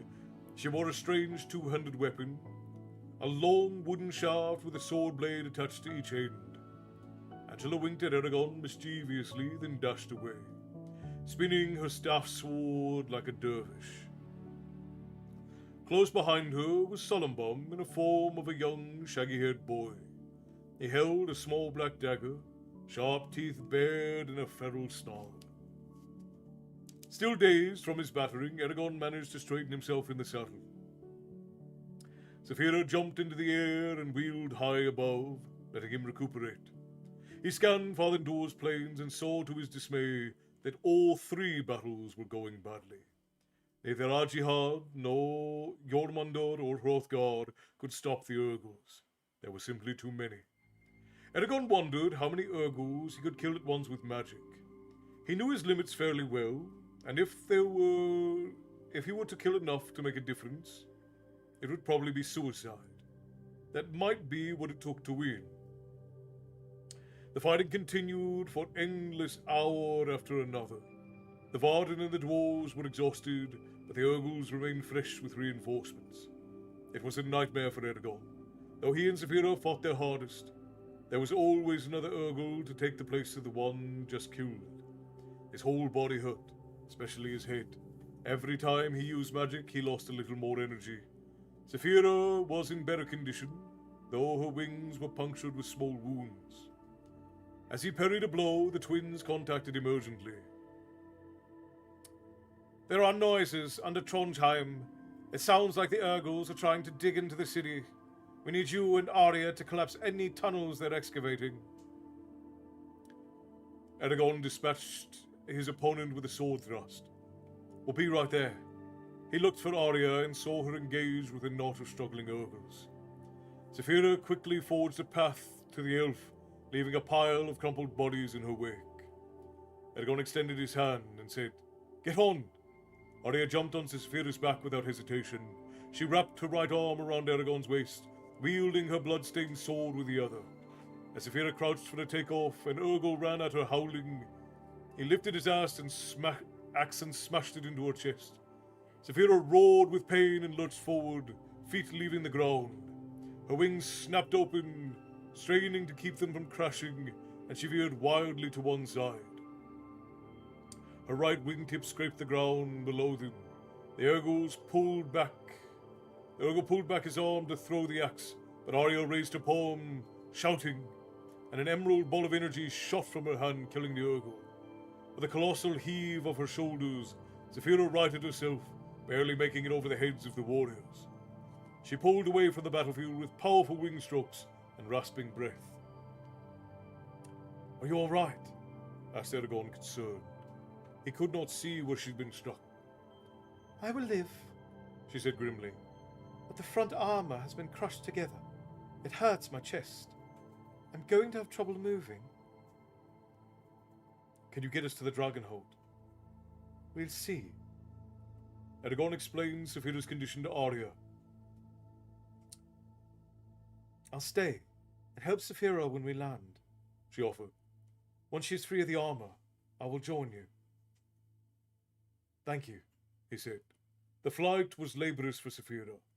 She glided whenever she could, and when they reached the Dragonhold, she dropped heavily to Istar and Mithrim, where the twins were supposed to be watching the battle, but it was empty. Eragon jumped to the floor and winced as he saw the damage the Urgle had done. 4 of the metal plates in Saphira's chest had been hammered together, constricting her ability to bend and breathe. "Stay well," he said, putting his hand on her side, and then ran out the archway. He stopped and swore. He was at the top of Vol Torrund, the endless staircase. Because of his worry for Saphira, he had not considered how he would get to Trondheim's base, but the Urgles were breaking in. There was no time to climb down. He looked at the narrow trough to the right of the stairs, then grabbed one of the leather pads and threw it himself down on it. The stone slide was smooth as lacquered wood. With the leather underneath him, he accelerated almost instantly to a frightening speed, the walls blurring and the curve of the slide pressing him high against the wall. Eragon lay completely flat so that he would go faster. The air rushed past his helm, making it vibrate like a weather vane in a gale. The trough was too confined for him, and he was perilously close to flying out. But for as long as he kept his arms and legs still, he was safe. It was a swift descent, but it still took him nearly 10 minutes to reach the bottom. The slide leveled out at the end and sent him skidding halfway across the huge Cornelian floor. When he finally came to a stop, he was too dizzy to walk. His first attempt made him made him nauseated, so he curled up, his head in his hands, and he waited for things to stop spinning. He felt better. When he felt better, he stood and warily looked around. The great chamber was completely deserted, and the silence was unsettling. Rosy light filtered down from Isidard Mithrin. He faltered. Where was he supposed to go? He cast out his mind for the twins. Nothing. He froze as a loud knocking echoed through Trondheim. An explosion split the air. A long slab of the chamber floor buckled and blew 30 feet up. Needles of rocks flew outwards and crashed down. Eragon stumbled back, stunned and groping for Zorak. The twisting shapes of Urgos clambered out of the hole in the floor. Eragon hesitated. Should he flee, or should he stay and try and close the tunnel? Even if he managed to seal it before the Urgos attacked him, but if Trondheim was already breached elsewhere, he could not find all the places in time to prevent the city mountain from being captured. But if I run one of Trondheim's gates and blast it open, the Varden could retake Trondheim without having to siege it. Before he could decide, a tall man garbed in black armor emerged from the tunnel and looked directly at him. It was Durza. The shade carried his pale blade marked with a scratch from Majihad. A black round shield with a crimson insignia rested on his arm. His dark helmet was richly decorated, like a general's, and a long snakeskin cloak billowed around him. Madness burned in his maroon eyes, the madness of one who enjoys power and finds himself in the position to use it. Eragon knew he was neither fast enough nor strong enough to escape the fiend before him. He immediately warned Saphira, though he knew it was impossible for her to rescue him. He dropped into a crouch and quickly reviewed what Braum had told him about fighting another magic user. It was not encouraging, and Arjihad had said that the shade could only be destroyed by a thrust through the heart. Durza gazed at him contemptuously and said, "Kazetiel trazhi dortaba." The Urgos eyed Eragon suspiciously and formed a circle around the perimeter of the room. Durza slowly approached Eragon with a triumphant expression. "So, my young rider, we meet again. You were foolish to escape me in Gilead. It will only make things worse for you in the end." "You'll never capture me alive," growled Eragon. "Is that so?" asked the shade, raising an eyebrow. The light from the star sapphire gave his skin a ghastly tint. "I don't see your friend Murtor around to help you. You can't stop me now. No one can." Fear touched Eragon. How does he know about Myrtle? Putting all the derision he called into his voice, he jeered.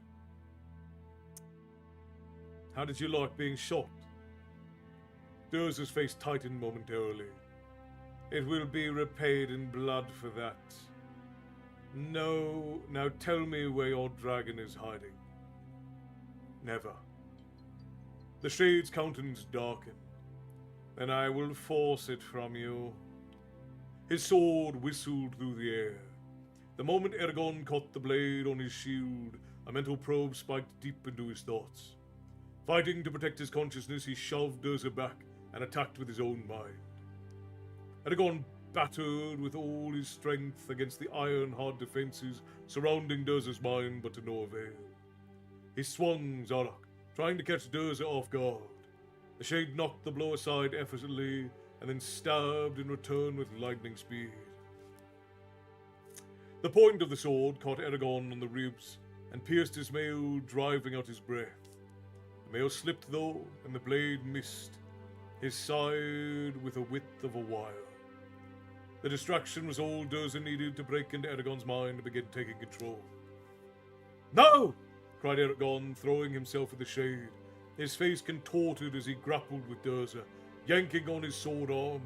Durza tried to cut Eragon's hand, but it was protected by the mail-backed glove, which sent the blade glancing downward. As Eragon kicked his leg, Durza snarled and swept his black shield around, knocking him to the floor. Eragon tasted blood in his mouth. His neck throbbed. Ignoring his injuries, he rolled over and hurled his shield at Durza. Despite the Shade's superior speed, the heavy shield clipped him on the hip. As Durza stumbled, Eragon caught him on the upper arm of Zorak. A line of blood traced the Shade's arm. Eragon thrust the Shade with his mind and drove through Durza's weakened defenses. The flood of images suddenly engulfed him, rushing through his consciousness. Durza is a young boy living as a nomad with his parents on the empty plains. The tribe abandoned them and called his father Oathbreaker. Only it was not Durza then. It was Karsim, the name his mother crooned while combing his hair. The Shade reeled wildly, face twisted in pain. Eragon tried to control the torrent of memories, but the force of them was overwhelming. Standing on a hill over the graves of his parents, weeping that the men had not killed him as well, then turning and stumbling blindly away into the desert. Durza faced Eragon. Terrible hatred flowed from his maroon eyes. Eragon was on one knee, almost standing, struggling to seal his mind. How the old man looked when he first saw Karasib, lying near death on the sand dune. The days it had taken for Karasib to recover, and the fear he felt upon discovering that his rescuer was a sorcerer. How he had pleaded to be taught to control the spirits. How Haig had finally agreed, caught him desert racked. Eragon was standing now, and Durza charged, sword raised, shield ignored in his fury. The days spent training under the scorching sun, always alert for the lizards they caught for food. How his power slowly grew, giving him pride and confidence. The weeks spent nursing his sick master after he failed a spell. His joy when Haig recovered. There was not enough time to react, not enough time. The bandits who attacked during the night, killing Haig. The rage Karasib felt and the spirits he had summoned for vengeance. But the spirits were stronger than he expected. They turned on him, possessing his mind and body. He had screamed. He was. I am Durza. The sword smote heavily across Eragon's back, cutting through both mail and skin. He screamed as pain blasted through him, forcing him to his knees. Agony bowed his body in half and obliterated all thought. He swayed, barely conscious, hot blood running down the small of his back. Durza had said something he could not hear. In anguish, Eragon raised his eyes to the heaven, tears streaming down his cheeks. Everything had failed. The Varden and the dwarves were destroyed. He was defeated. Saphira would give herself up for his sake. She had done it before, and Arya would be recaptured or killed. Why had it ended like this? What justice could this be? All for nothing. As he looked at his Sidar Bithrim, far above his tortured frame, a flash of light erupted in his eyes, blinding him. A second later, the clamber rang with deafening report. Then his eyes cleared and he gaped in disbelief. The star sapphire had shattered. An expanding torus of huge dagger-like pieces plummeted toward the distant floor. The shimmering shards near the walls, in the center of the clamber, hurtling headfirst, was Saphira. Her jaws were open, and from between them erupted a great tongue of flame.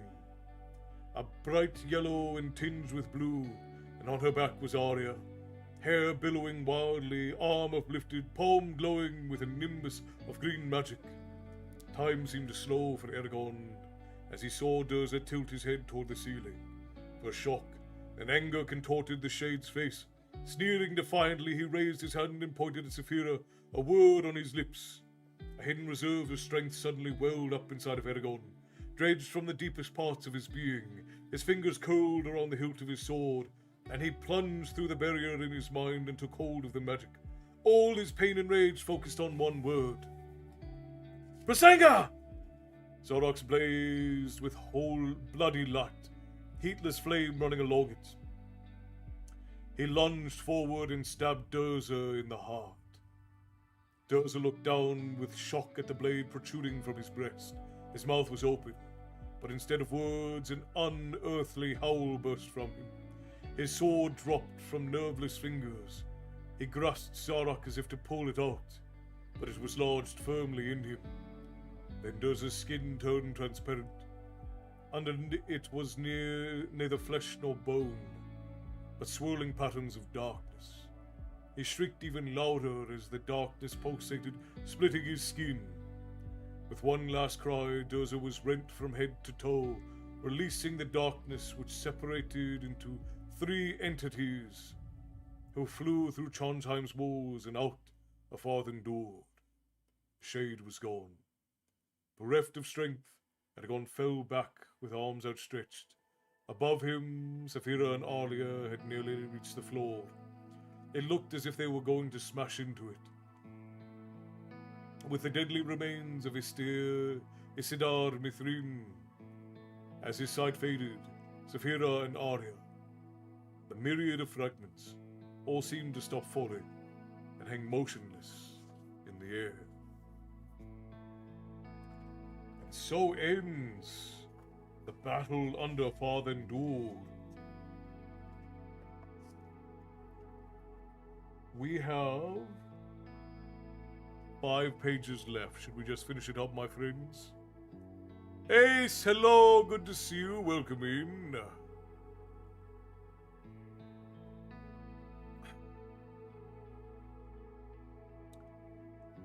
Celestial Chaos, thank you for the follow. You have marked the tavern on your map. You should be able to find your way back the next time that you seek a story. Just finish it? Alright, you've got it, Bobby. I'm back to haunt you all. Sword Talk, good to see you, love. Welcome in.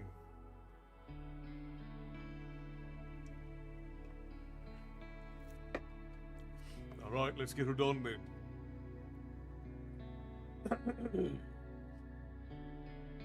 The final chapter of the first book of the Inheritance Cycle, Eragon. The Morning Sage. Snatches of the Shade's memories continued to flash through Eragon. A whirlwind of dark events and emotions overwhelmed him, making it impossible to think.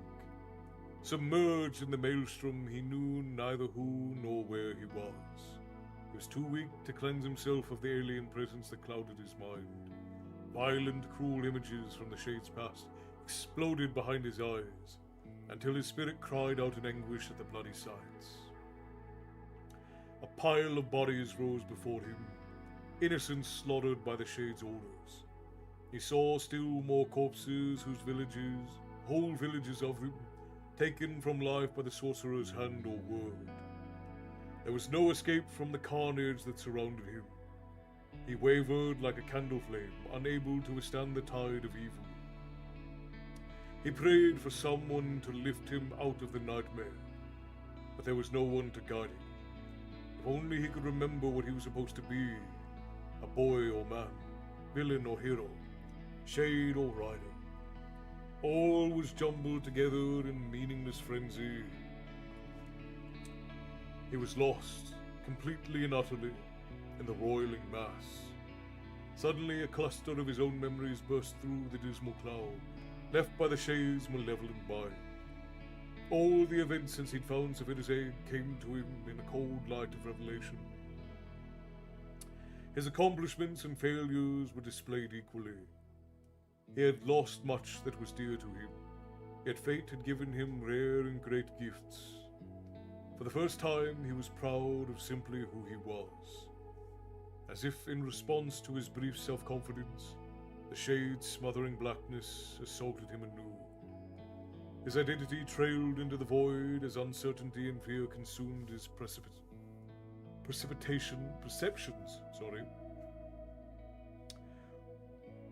Who was he to think he could challenge the powers of Algasia and live? He fought against the Shade's sinister thoughts. weakly at first, then more strongly. He whispered words of the ancient language and found they gave him enough strength to withstand the shadow blurring his mind. Though his defenses faltered dangerously, he slowly began to draw his shattered consciousness into the small bright shell around his core. Outside his mind he was aware of a pain so great it threatened to blot out his very life.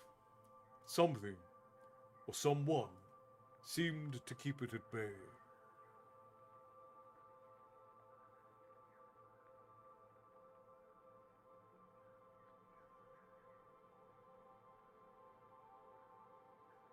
Oh, excuse me.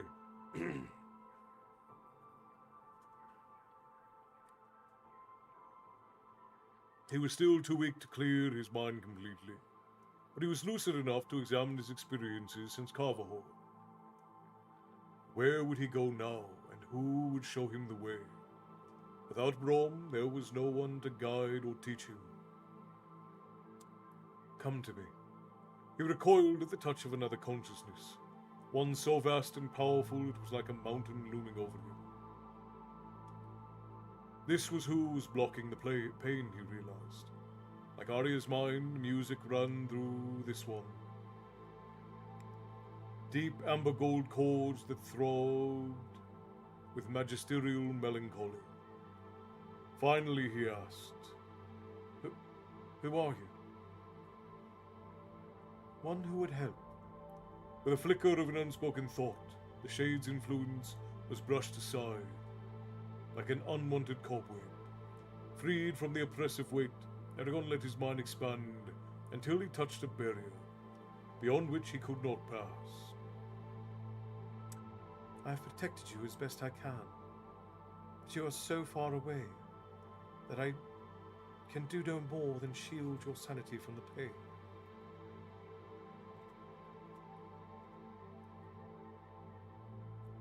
Again, who are you to do this? There was a low rumble. I am Ostato Chetowa, the Morning Sage, and Togira in Ikonaka, the cripple who is whole. Come to me, Eragon, for I have answers to all you ask. You will not be safe until you find me. But how can I find you if I don't know who you are? He asked, despairing.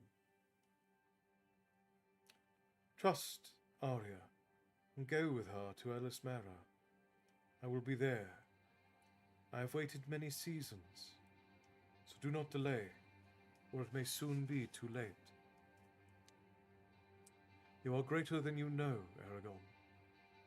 Think of what you have done and rejoice, for you have rid the land of a great evil.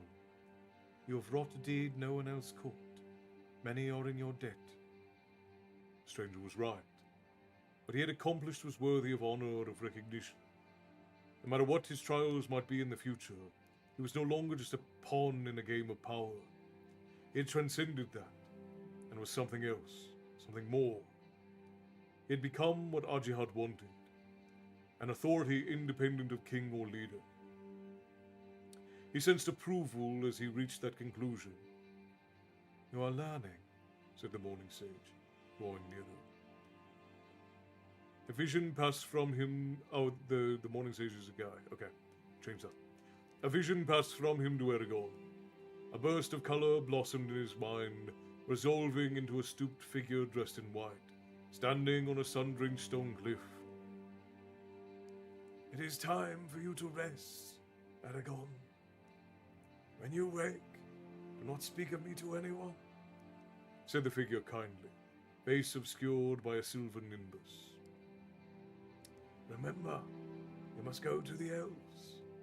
Sleep. He raised a hand as if in benediction, and peace crept through Eragon.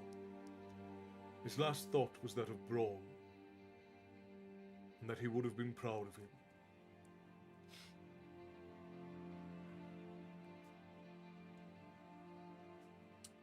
Wake! Commanded the voice. Awake, Eragon! You slept too long. He stood unwillingly, loath to listen. The warmth that surrounded him was too comfortable to leave. The voice sounded again. Rise! Argetlum! You are needed!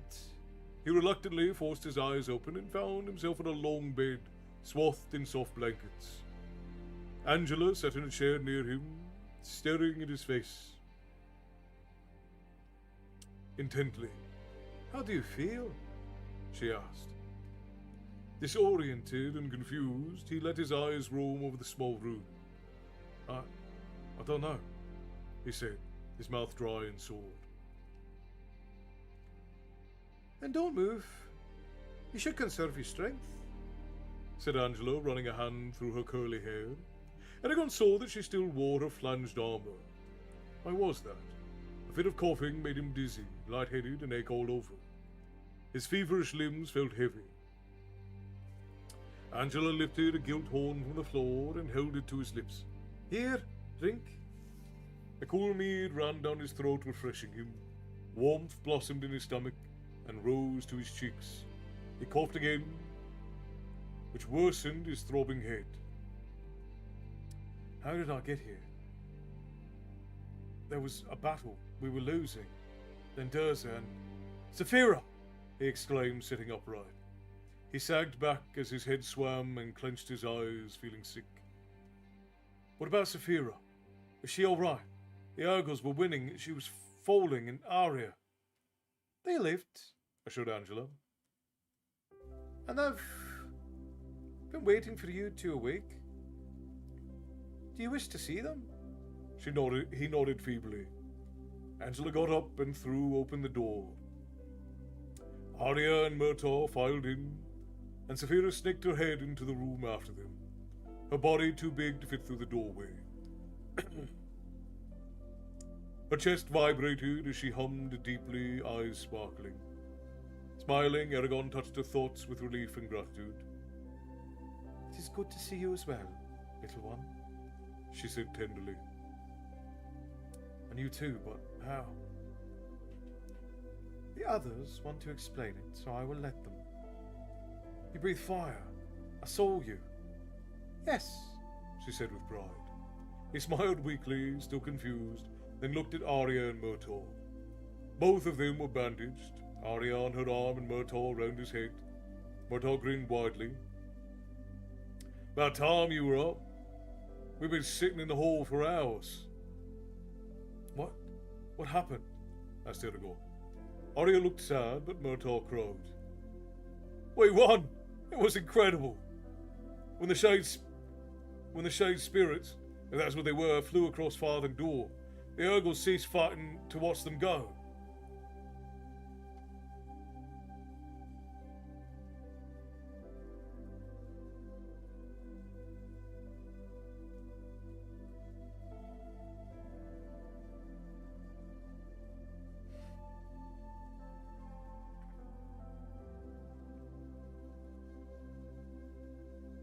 Background music fits the moment, and believe it or not, I didn't even pick it. Clifford just kind of is working.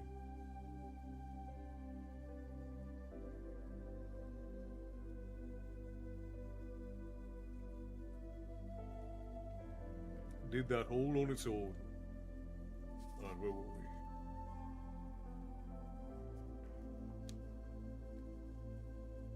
we?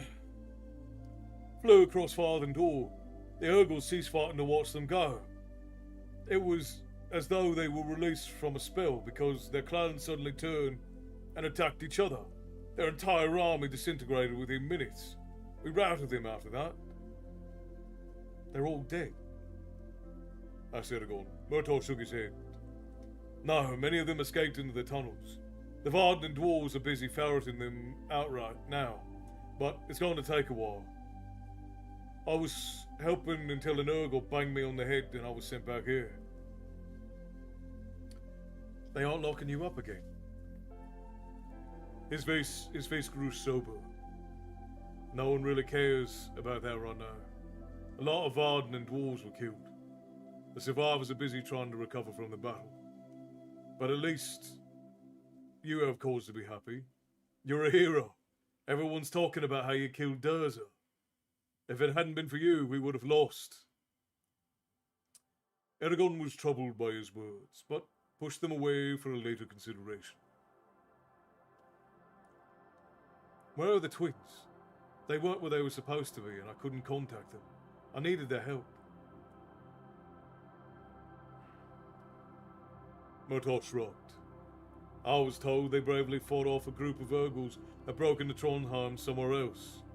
They were probably too busy to talk with you. That seemed wrong for some reason, but Eragon could not decide why. He turned to Arya. Her large, bright eyes had been fixed upon him the entire time.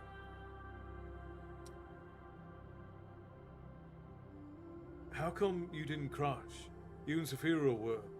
His voice trailed off. She said slowly. When you warned Saphira of Durza, I was still trying to remove her damaged armor. By the time it was off, it was too late to slide down Vol Turin. You would have been captured before I had reached the bottom. Besides, Durza would have killed you before letting me rescue you. Regret entered her voice. So I did the one thing I could to distract him. I broke the Star Sapphire. And I carried her down, added Saphira. Eragon struggled to understand as another bout of lightheadedness made him close his eyes. But why didn't any of the pieces hit you or me? I didn't allow them to. When we were almost to the floor, I held them motionless in the air, then slowly lowered them to the floor. Else they would have shattered into 1,000 pieces and killed you, stated Arya simply. Her words betrayed the power within her. Angela added sourly. Yes, it almost killed you as well. It's taken all my skill to keep you two alive. The two of you alive. A twinge of unease shot through Eragon, matching the intensity of the throbbing in his head. My back, but he felt no bandages there. How long have I been here? He asked with trepidation. Only a day and a half, answered Angela. You're lucky I was around. Otherwise it would have taken you weeks to heal, even if you had lived. Alarmed, Eragon pushed the blankets off his torso and twisted around to feel his back. Angela caught his wrists with her small hand, worry reflected in her eyes. Eragon, you have to understand my power's not like yours and Arya's. It depends on the use of herbs and potions. There are limits to what I can do, especially with such a large... He yanked his hand out of a grip and reached back, fingers groping. The skin on his back was smooth and warm, flawless. Hard muscle flexed under his fingertips as he moved. He slid his hand towards the base of his neck, and unexpectedly felt a hard bump at a half-inch wide. He followed it down his back with growing horror. Durza's blow had left him with a huge ropey scar stretching from his right shoulder to the opposite hip. Pity showed on Arya's face as she murmured, You've paid a terrible price for your deed, Eragon Shadeslayer. Murtaugh laughed harshly. Yeah, now you're just like me. Dismay filled Eragon. He closed his eyes. He was disfigured. And then he remembered something from when he was unconscious.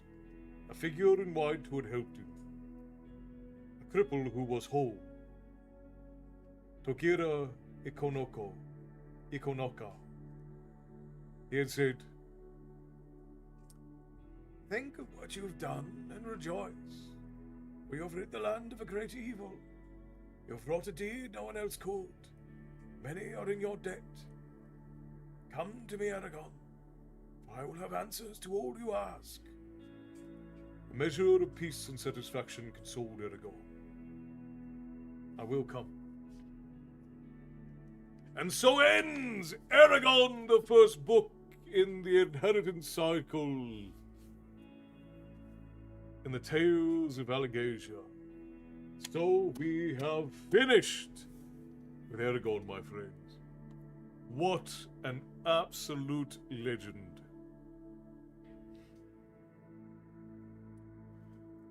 Oh, boy.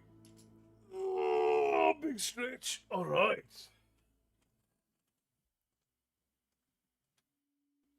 Have you ever thought of reading Darren Shan's books? Hang on. We'll see.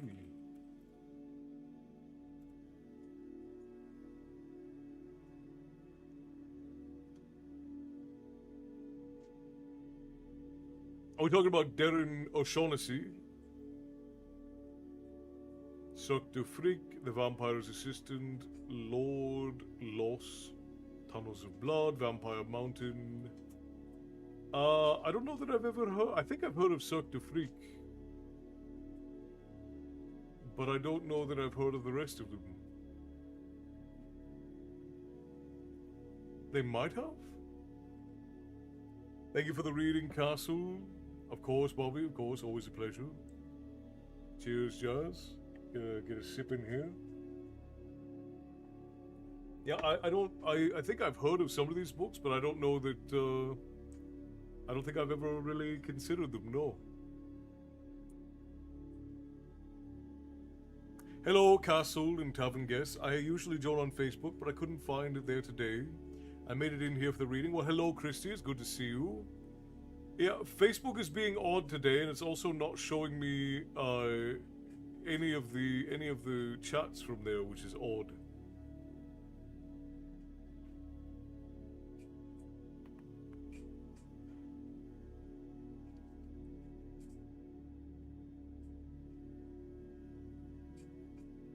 Huzzah, indeed. Okay, so I'm presuming that everybody is going to want us to go on to Eldest. Yeah, you did. You made it in right at the end. We just finished up Eragon. And again, Sortok, thank you for the stretches. I appreciate your help. It was a movie, but it was good books. Oh, okay, so there was a Cirque du Freak movie, apparently.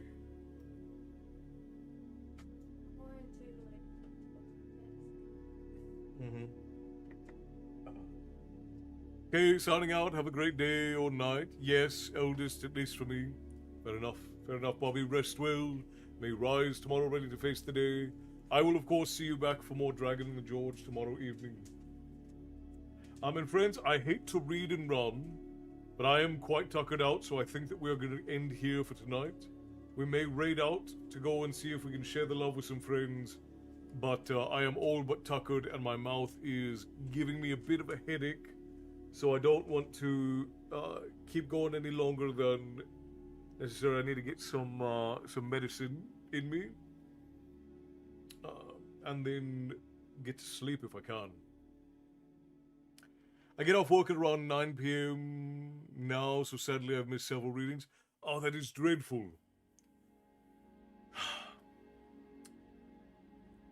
We'll have to do some special readings on the weekend for the folks who, because a bunch of folks have been moved to the night shift.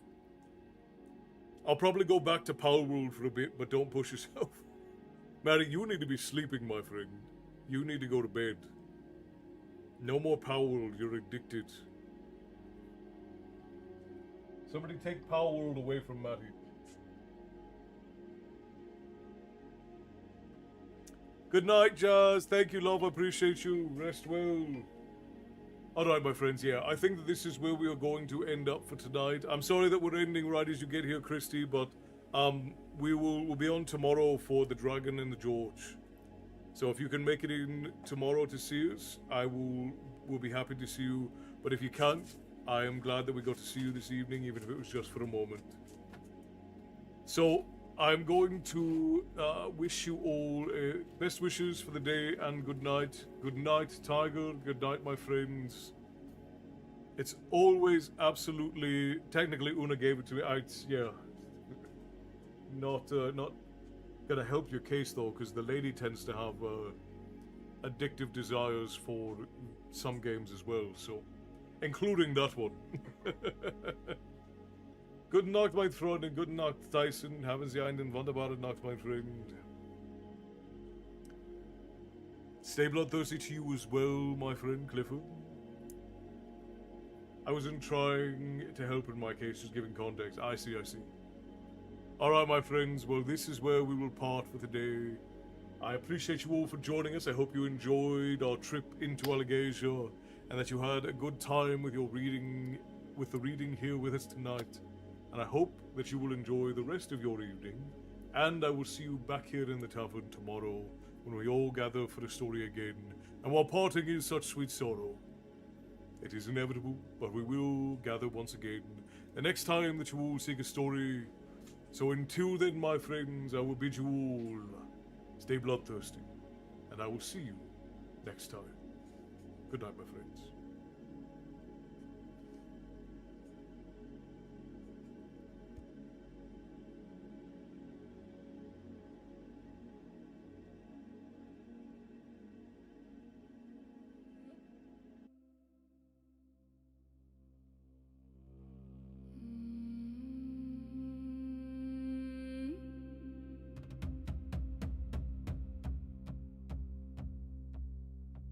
The fire smokes black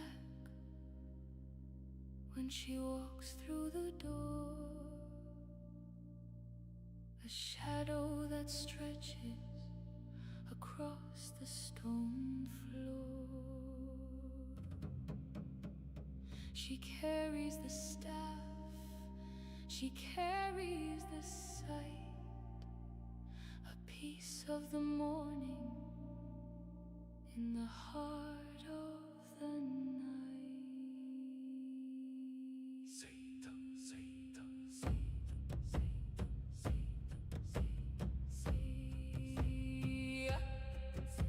the staff hits the wood where the kings used to stand. Fate is a needle in a trembling hand. You asked for the rune, you asked for the flame, but you're too weak to carry the weight of your name. The thread is unweaving, the truth is bereaving, the vulva is spinning, the spirit and bone. The seeds of your ending have already been sown.